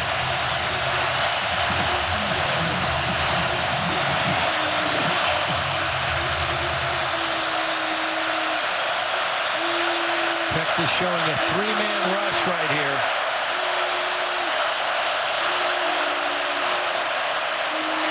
Kizer, can he do it on his own? No, comes up short. Well, he comes up short, but again, Brian Kelly's team has enjoyed the luxury of field position advantage this whole 2nd half. He wanted the 1st down there, but he knows he still has a chance to pin Texas back and maintain the field position edge. So the guy they call Savage out to punt away here. See if he can flip this field. Tyler Newsom. There's Ja'Cory Warwick awaits. Bad kick. And it was an umbrella punt off to the side. And Texas will have decent field position here as it's out close to the 32. So we pose the question, can the young guy, the true freshman, bring Texas back now? Buechel's on deck. Capital One, Joe Tessitore, Todd Blackledge, Holly Rowe with you in Austin, Texas, as the stage is now set for Shane Buechel, the freshman quarterback for Texas. As he keeps it, spins, and has a first down to start this drive with over 5 minutes to play, trailing by 4. Well, the first time they've run that play with him with the option to keep, and it gets him out near the 50-yard line. So a good start to this drive. Got plenty of time, and he has 2 timeouts. Quickly gets it out to Burke. You know, consider they were up by 17 points. Texas 75-0 when leading by 17 or more going back to 2004. But the Irish have come all the way back thanks to Deshaun Kizer. 75-0 in a span of 12 years when they're up by the margin they were in the third quarter. 2nd and 5. Quick throw, and Ja'Cory Warwick, who's a quick guy, has a 15-yard reception, and here come the Horns. Notre Dame was coming with an outside blitz. They brought a secondary guy, Julian Love, and Buechel saw it and threw right to the voided area. Here's Buechel again with time, and another reception to the 30-yard line to Foreman. Now, this is a great start. And just look at Buechel's eyes. There's calmness in his eyes. I like what I see out of him right now as he's marching his team down the field. Foreman trying to keep his balance, and he does. Just plows ahead for another first down for the Horns. See, now you notice Texas, with this momentum in the drive, they're not going as fast because they want to use some clock as well. Buechel. Was that intercepted? No, incomplete. Cole Luke made a heck of a play on it. Incomplete pass. 2nd down. We're going to take a peek at this, but they call it incomplete time. It was really well played by Cole Luke coming over the top. There's the ball on the ground between his legs. Bounces back up to him. Buechel threw it to the inside and gave Cole Luke a chance. And now a second chance for this Texas offense. Notre Dame timeout. Timeout. Notre Dame. 2nd timeout. Notre Dame wants to challenge the previous play where the ball was a catch. Now they're not going to like the result of that challenge.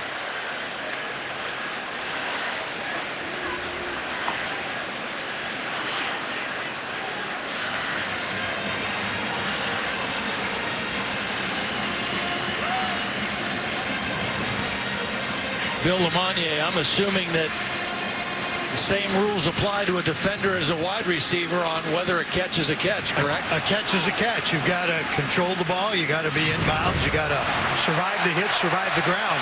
That ball went right through his hands. He smothered it to the ground.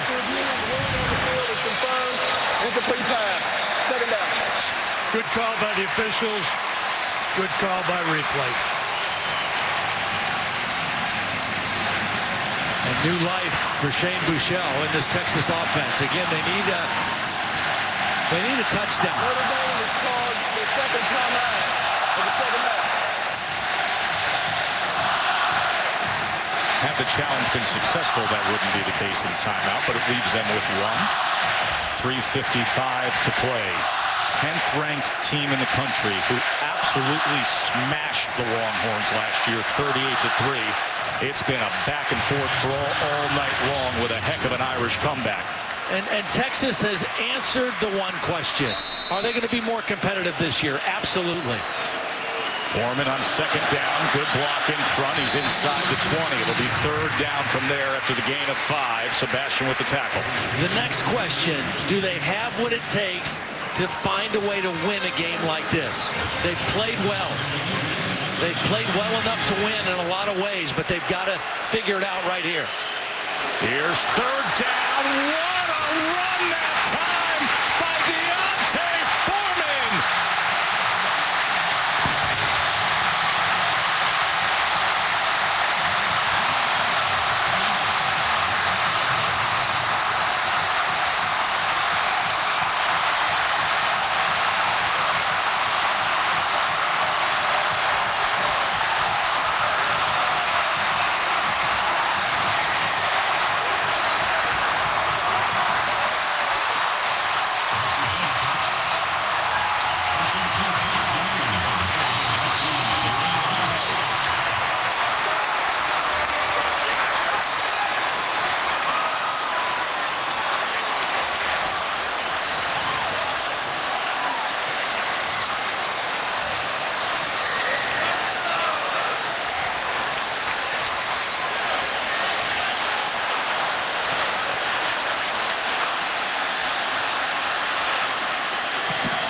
Blocked.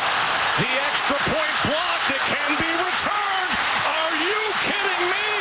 Sean Crawford. Oh, my. A flag is down. We will check on that.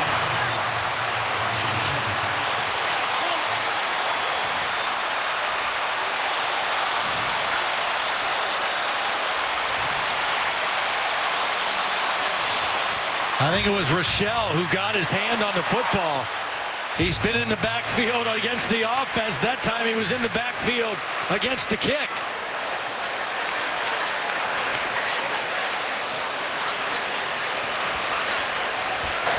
During the return, sideline interference against the Texas bench. That 15-yard penalty being forced on the kick. The 2 points stand. In one of the oddest ways you could ever dream up to tie a game, it just happened. Welcome back, college football. Give me more. Sean Crawford, incredible return off this blocked extra point. Kick was low. Crawford picks it up on the hop. And the interference on the Texas bench, this play was running down the Notre Dame sideline. So all I can think is they got in the way of an official running down the field and made contact. There's the block. And it bounces right up to Sean Crawford. Rochelle was in there and Jerron Jones, number 94.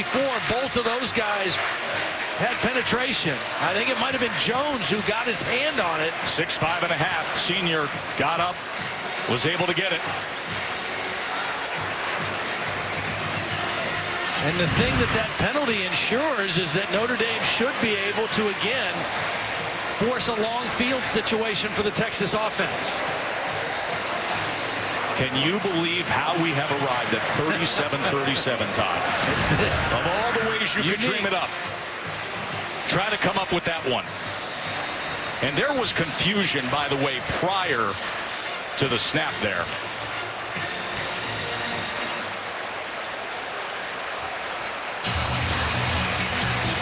Well, the official looks at the clock, and then he looks to the ball. And if the ball is moving when it hits 0, they don't make a call.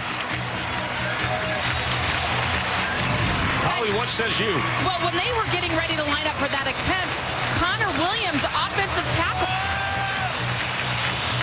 had to find him and get him running out there late. So the play clock was almost down to 1. When they kicked the ball, he had to rush the kick because Williams was late getting out there in his position. And also was Alex Anderson, the backup to Kent Perkins, who was playing that left guard spot that Jerron Jones just blew up and was able to get his big arm up. A really costly penalty as Notre Dame's going to get good field position to start. Sanders fields it from the 11 to your point, Todd, and gets it out near the 29-yard line. 3:23 to play in an outrageously entertaining game here in Austin.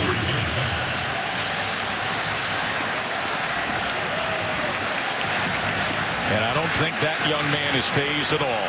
He has been awesome. DeShone Kizer, 4 touchdown passes and a touchdown run for the Irish. Brought him all the way back. Then Texas came back. And then special teams wackiness has us tied.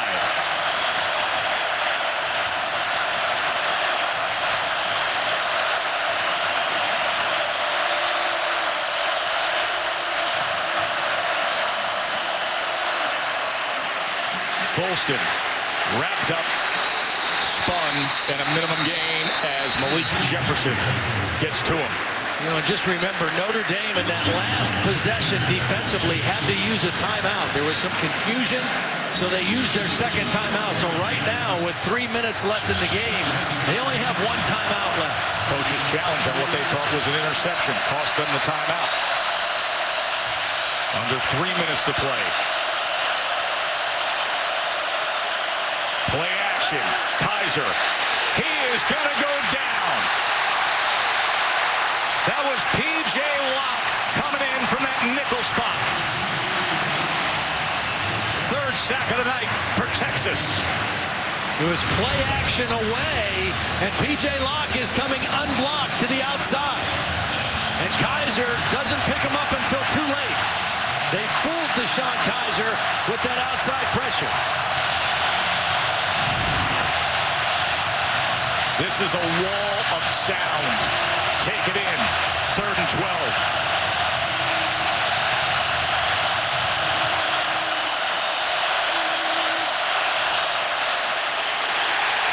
Conservative. And they'll be punting as we're under 2 minutes. Timeout. Texas. That's their second timeout in the second half. So Texas wisely uses the timeout, holds on to 1. They'll be getting the ball back. A minute 56. Biggest game here in Austin in a long time. Let's see if he gets that chance. Newsom to punt. Warren heels on his 30.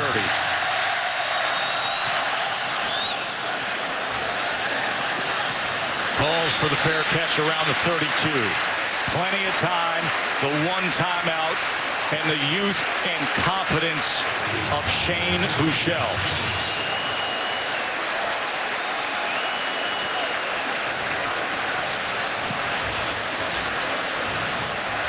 They put together a nice-looking drive last time out.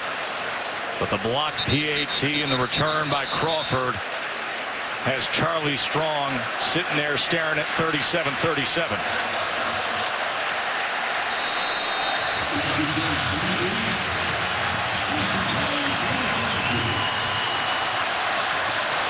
Can the new kid in town do it?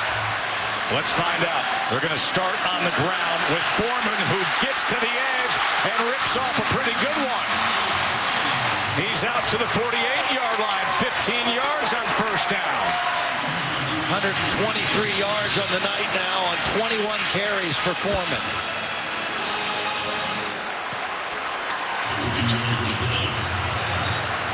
They're going to stay with him.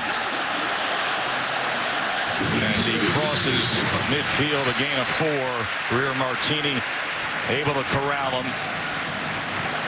And we got 90 seconds remaining in regulation in this thriller. Will Domain get his chance? He was set to be the starter at LSU. Les says, I'm going to need that scholarship. Got to be a walk-on. He said, no thanks. Shane Buechele wiggling and weaving his way inside the 35. Clock stops while they move the chains, and nice adjustment by Buechele. He wanted to throw it. It wasn't there. He tucked it and went straight up the field for a big 1st down. By the way, Domain's career long is 45 yards. So they got some work to do to make him comfortable. Flag comes in here.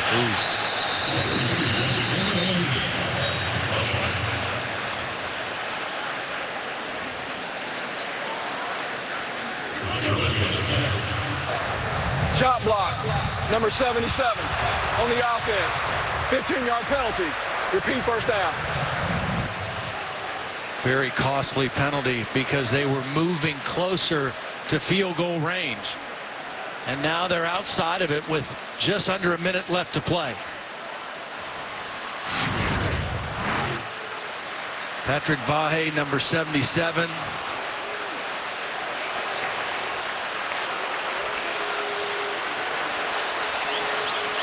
They're bringing the ball back to the 49-yard line.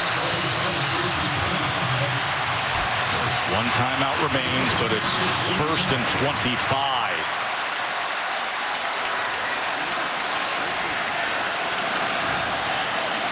Bad snap again, and Texas all of a sudden is going in the wrong direction, Todd. Now at this point, if you're Charlie Strong, you got to think, do I start thinking about overtime now, or do I take one more big shot here? Clock is counting down. Half a minute in regulation. Play action. Bouchel taking his time and throwing it away.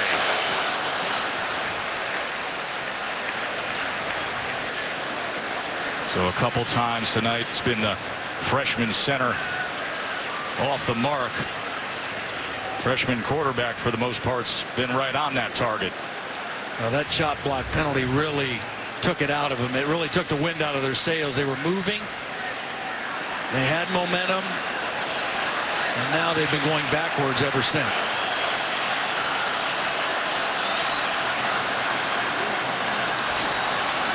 Bouchel, downfield he goes, complete!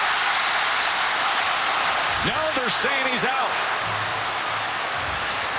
As on the field, incomplete pass, 4th down. As a Monty Foreman tried to tiptoe the sidelines. Oh, you saw that foot already stepped on the white, and he was pulled way out to the side. That Texas bench was crowding that sideline, blocking our view from up here.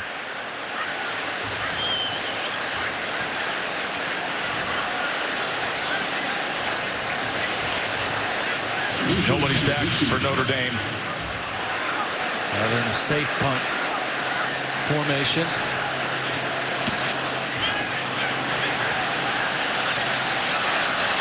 As this is skied into the end zone, and 7 ticks will remain.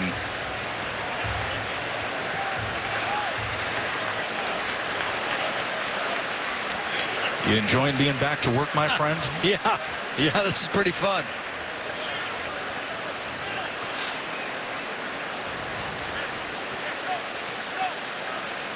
Well, that kid's pretty fun to watch, isn't he? Kizer's been something in this second half.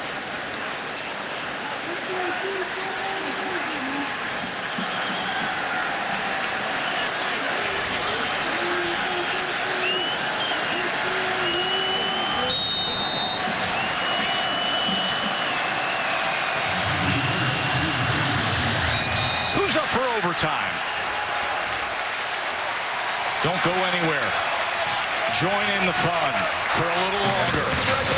Down here in Austin, Texas. ABC Primetime College Football presented by Kizer in Austin. Number 10 Notre Dame, who trailed by 17, rallied back. Texas answered, and then one of the oddest plays you'll ever seen. An extra point blocked and returned for a 2-point conversion to get us to overtime. All right, guys, each team will get possession in the overtime. Notre Dame has used their challenge, so they would all have a challenge. Each team will have 1 timeout. If you go to a 3rd overtime and you score a touchdown, you have to go for 2. All right, the winner of the toss will have the option of offense, defense, or the end of the field. Notre Dame, you're visitors. What's your call? Tails. It's called tails. It is tails. Notre Dame, you won the toss. Offense, defense, or end of the field? Defense. They want defense. Which end of the field do you want to play on? We want to defend that end zone. Which end of the field do you want to play? Be 1st and 10 for you, 25. All right, turn your back here. Texas will have the first possession, 1st and 10 at the 25. So coin toss advantage Notre Dame. They'll know exactly what they have to do, how they have to match in that first overtime. What a weekend of college football, my partner. Yeah, I mean, this is great. And you know, a couple kicking mistakes. Either team probably sitting there thinking we could have won this game, should have found a way to win the game. As it is, we go to overtime. And, you know, both teams in the overtime have what it takes because they've had good run and pass balance. You know, I don't just favor Kizer because he's a little older. I think Buechele's played above his years. He's played as a mature guy. Plus, you wonder, Texas also has the 18-wheeler package that might come into effect in the red zone in the goal line. Todd, that's a great point. The shortened field, they've had success with swoops running the ball. The big bodies in the backfield. We'll see if that's what we get at some point here.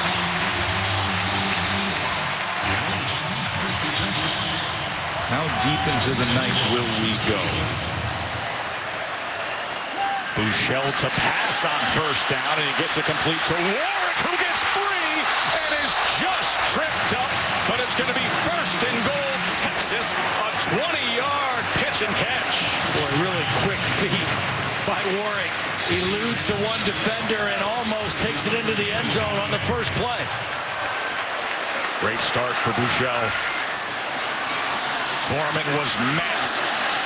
Tried to bounce free, but finally it was on Walu and Martini bringing him to the ground. Here comes Swoops. Nope, I thought they were going to bring him in. He was moving up towards Sterling Gilbert, but they changed their mind. Second and goal.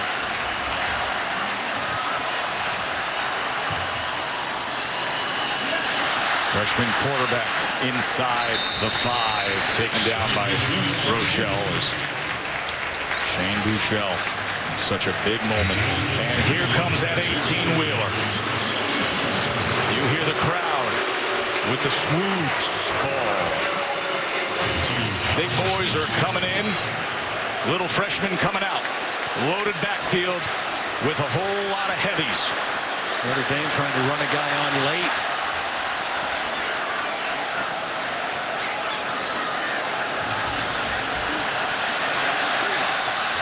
Play clock down to 5. Third and goal. Swoops into the end zone. Touchdown, Texas.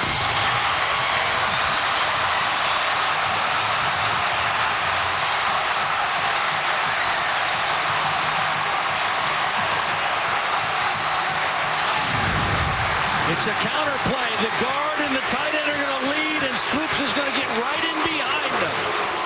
Good blocking at the point of attack. A 250-pound quarterback. And Texas scores first in overtime.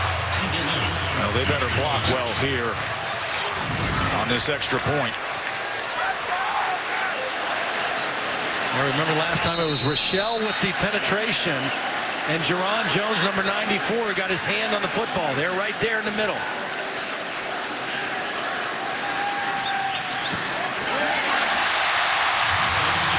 Up and through. So a touchdown margin. Notre Dame has to match. Reminder, we invite you to stay tuned for the Ford wrap-up after this thriller.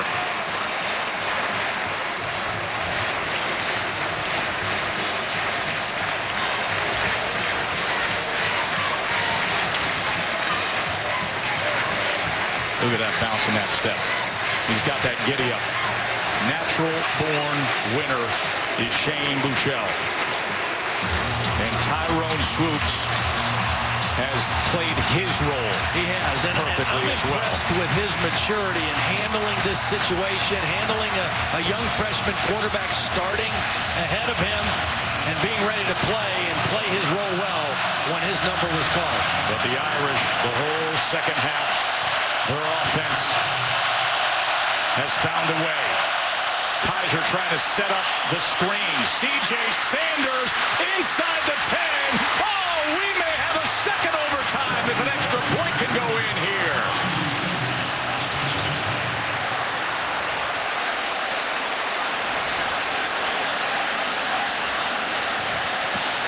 Kizer had to double clutch this. He wasn't able to throw it when he first wanted to.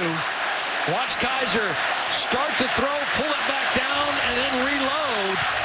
Good execution as the lineman got downfield. Equanimous Brown, St. Brown with a nice block at the point of attack. Remember, Justin Yoon had a field goal attempt blocked in the third quarter for a second overtime.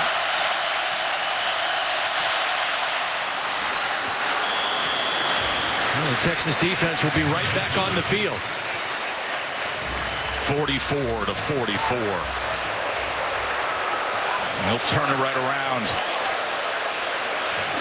Head back out there.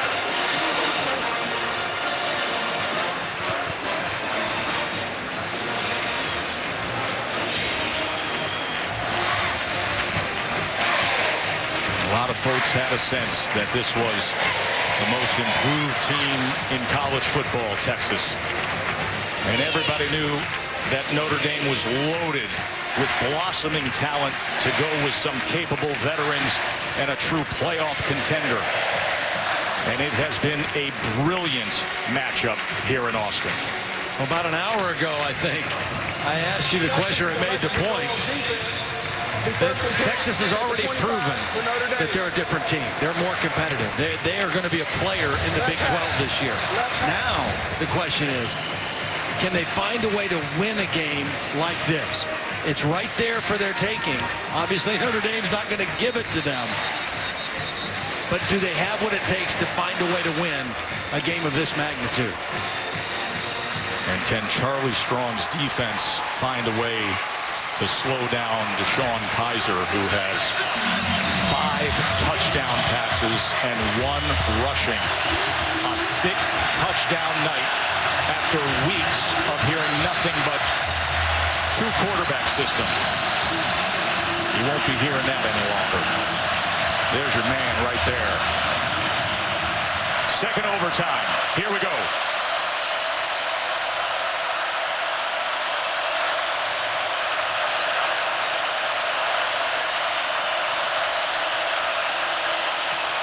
Speed option right. Keeps met forward to the 20-yard line. A gain of 5.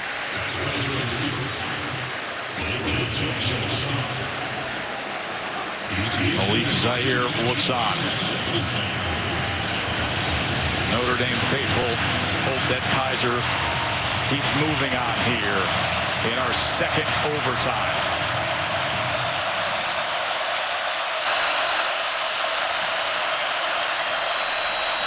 Adams wrapped up by Paul Boyette.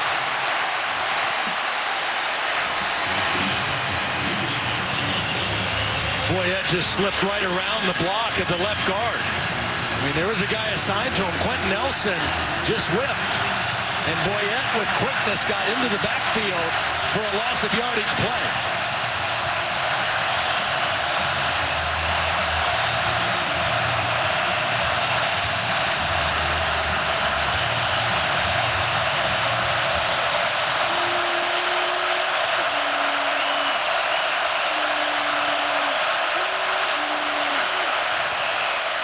Third and 7, overthrown as they tried to come across to Kevin Stepherson.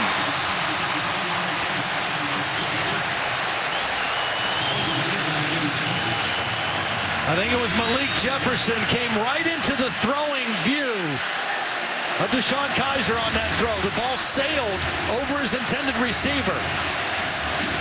Jefferson came on an inside stunt and affected the throw with his body. So now the field goal attempt by Justin Yoon. Had one blocked earlier, was sensational at the end of his freshman season.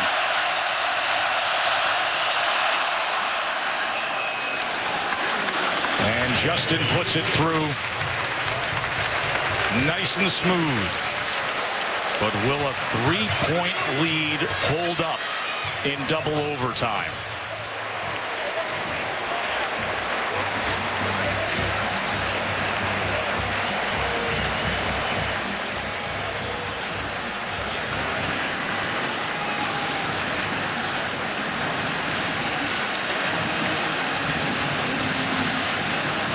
Been a long time since history for a youngin's been made down here in Texas.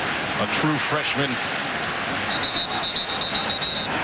Hasn't won a game. Started at quarterback for the Longhorns going back to 44. Bobby Lane.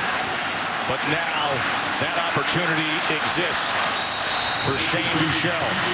And remember, this offense came from the Art Briles Baylor offense as a power run and vertical pass game. Low snap. Able to get it off as Foreman makes his way to just short of the 20. Shackelford has to be steady. Yep. He's had a few errant snaps.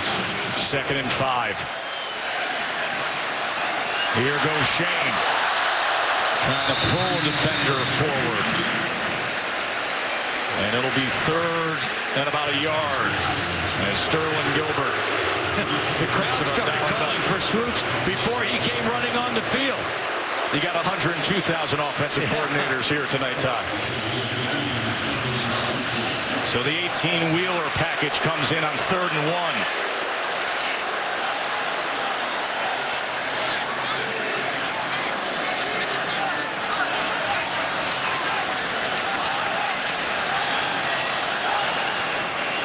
Here goes Swoops. Easily stood up to it. Inside the 10, fighting his way down to the 6-yard line. 1st and goal, Horns. There are Notre Dame bodies on the ground. And just Tyrone Swoops running with great power and authority. Remember now, fresh legs too.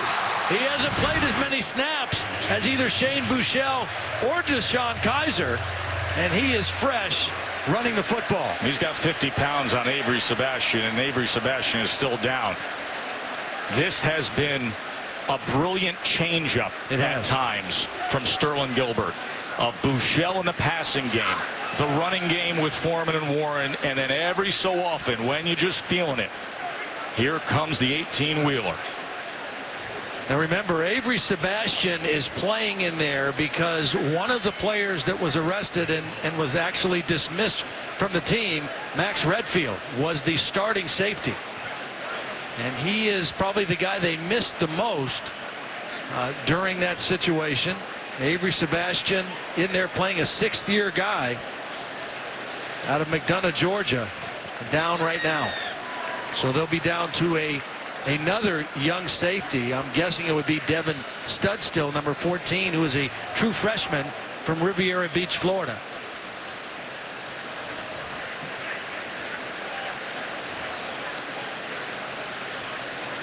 So the medical staff assessing Avery Sebastian.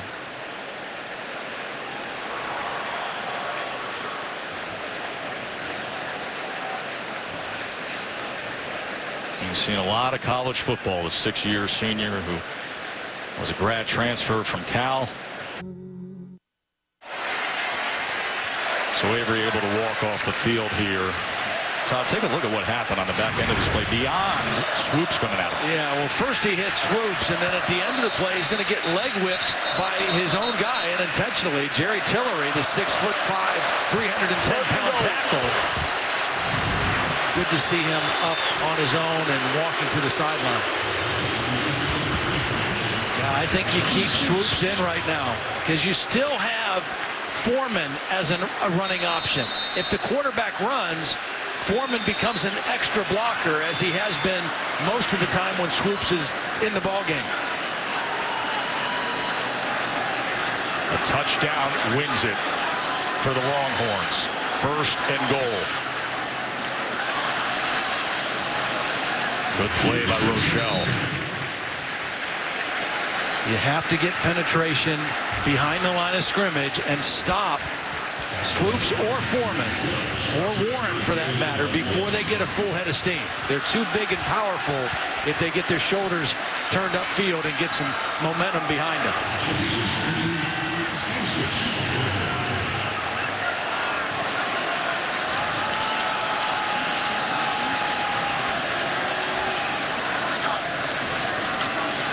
Swoops dancing for the win!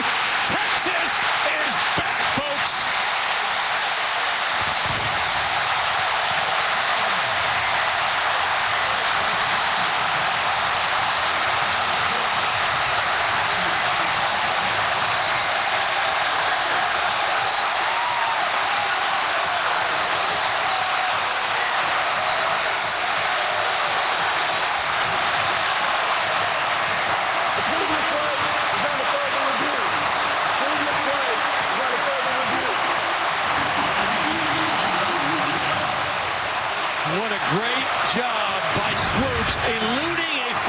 pressure. Jerry Tillery, number 99, comes unblocked.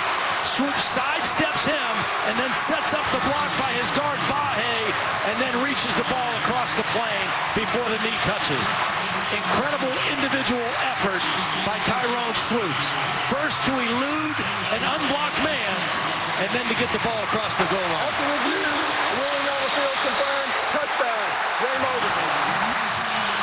And let that be a lesson to every young man out there looking for playing time. That's a senior staying the course, buying in, and still contributing with a freshman taking his starting job. Now, when you talk about team chemistry, when you talk about changes and everybody buying in, it has to start with your older guys. And Tyrone Swoops is to be commended for the way he's handled his situation this year and how he played tonight. With 3 rushing touchdowns on a night where they went back and forth with thrills and chills, a lot of drama, and a fabulous finish.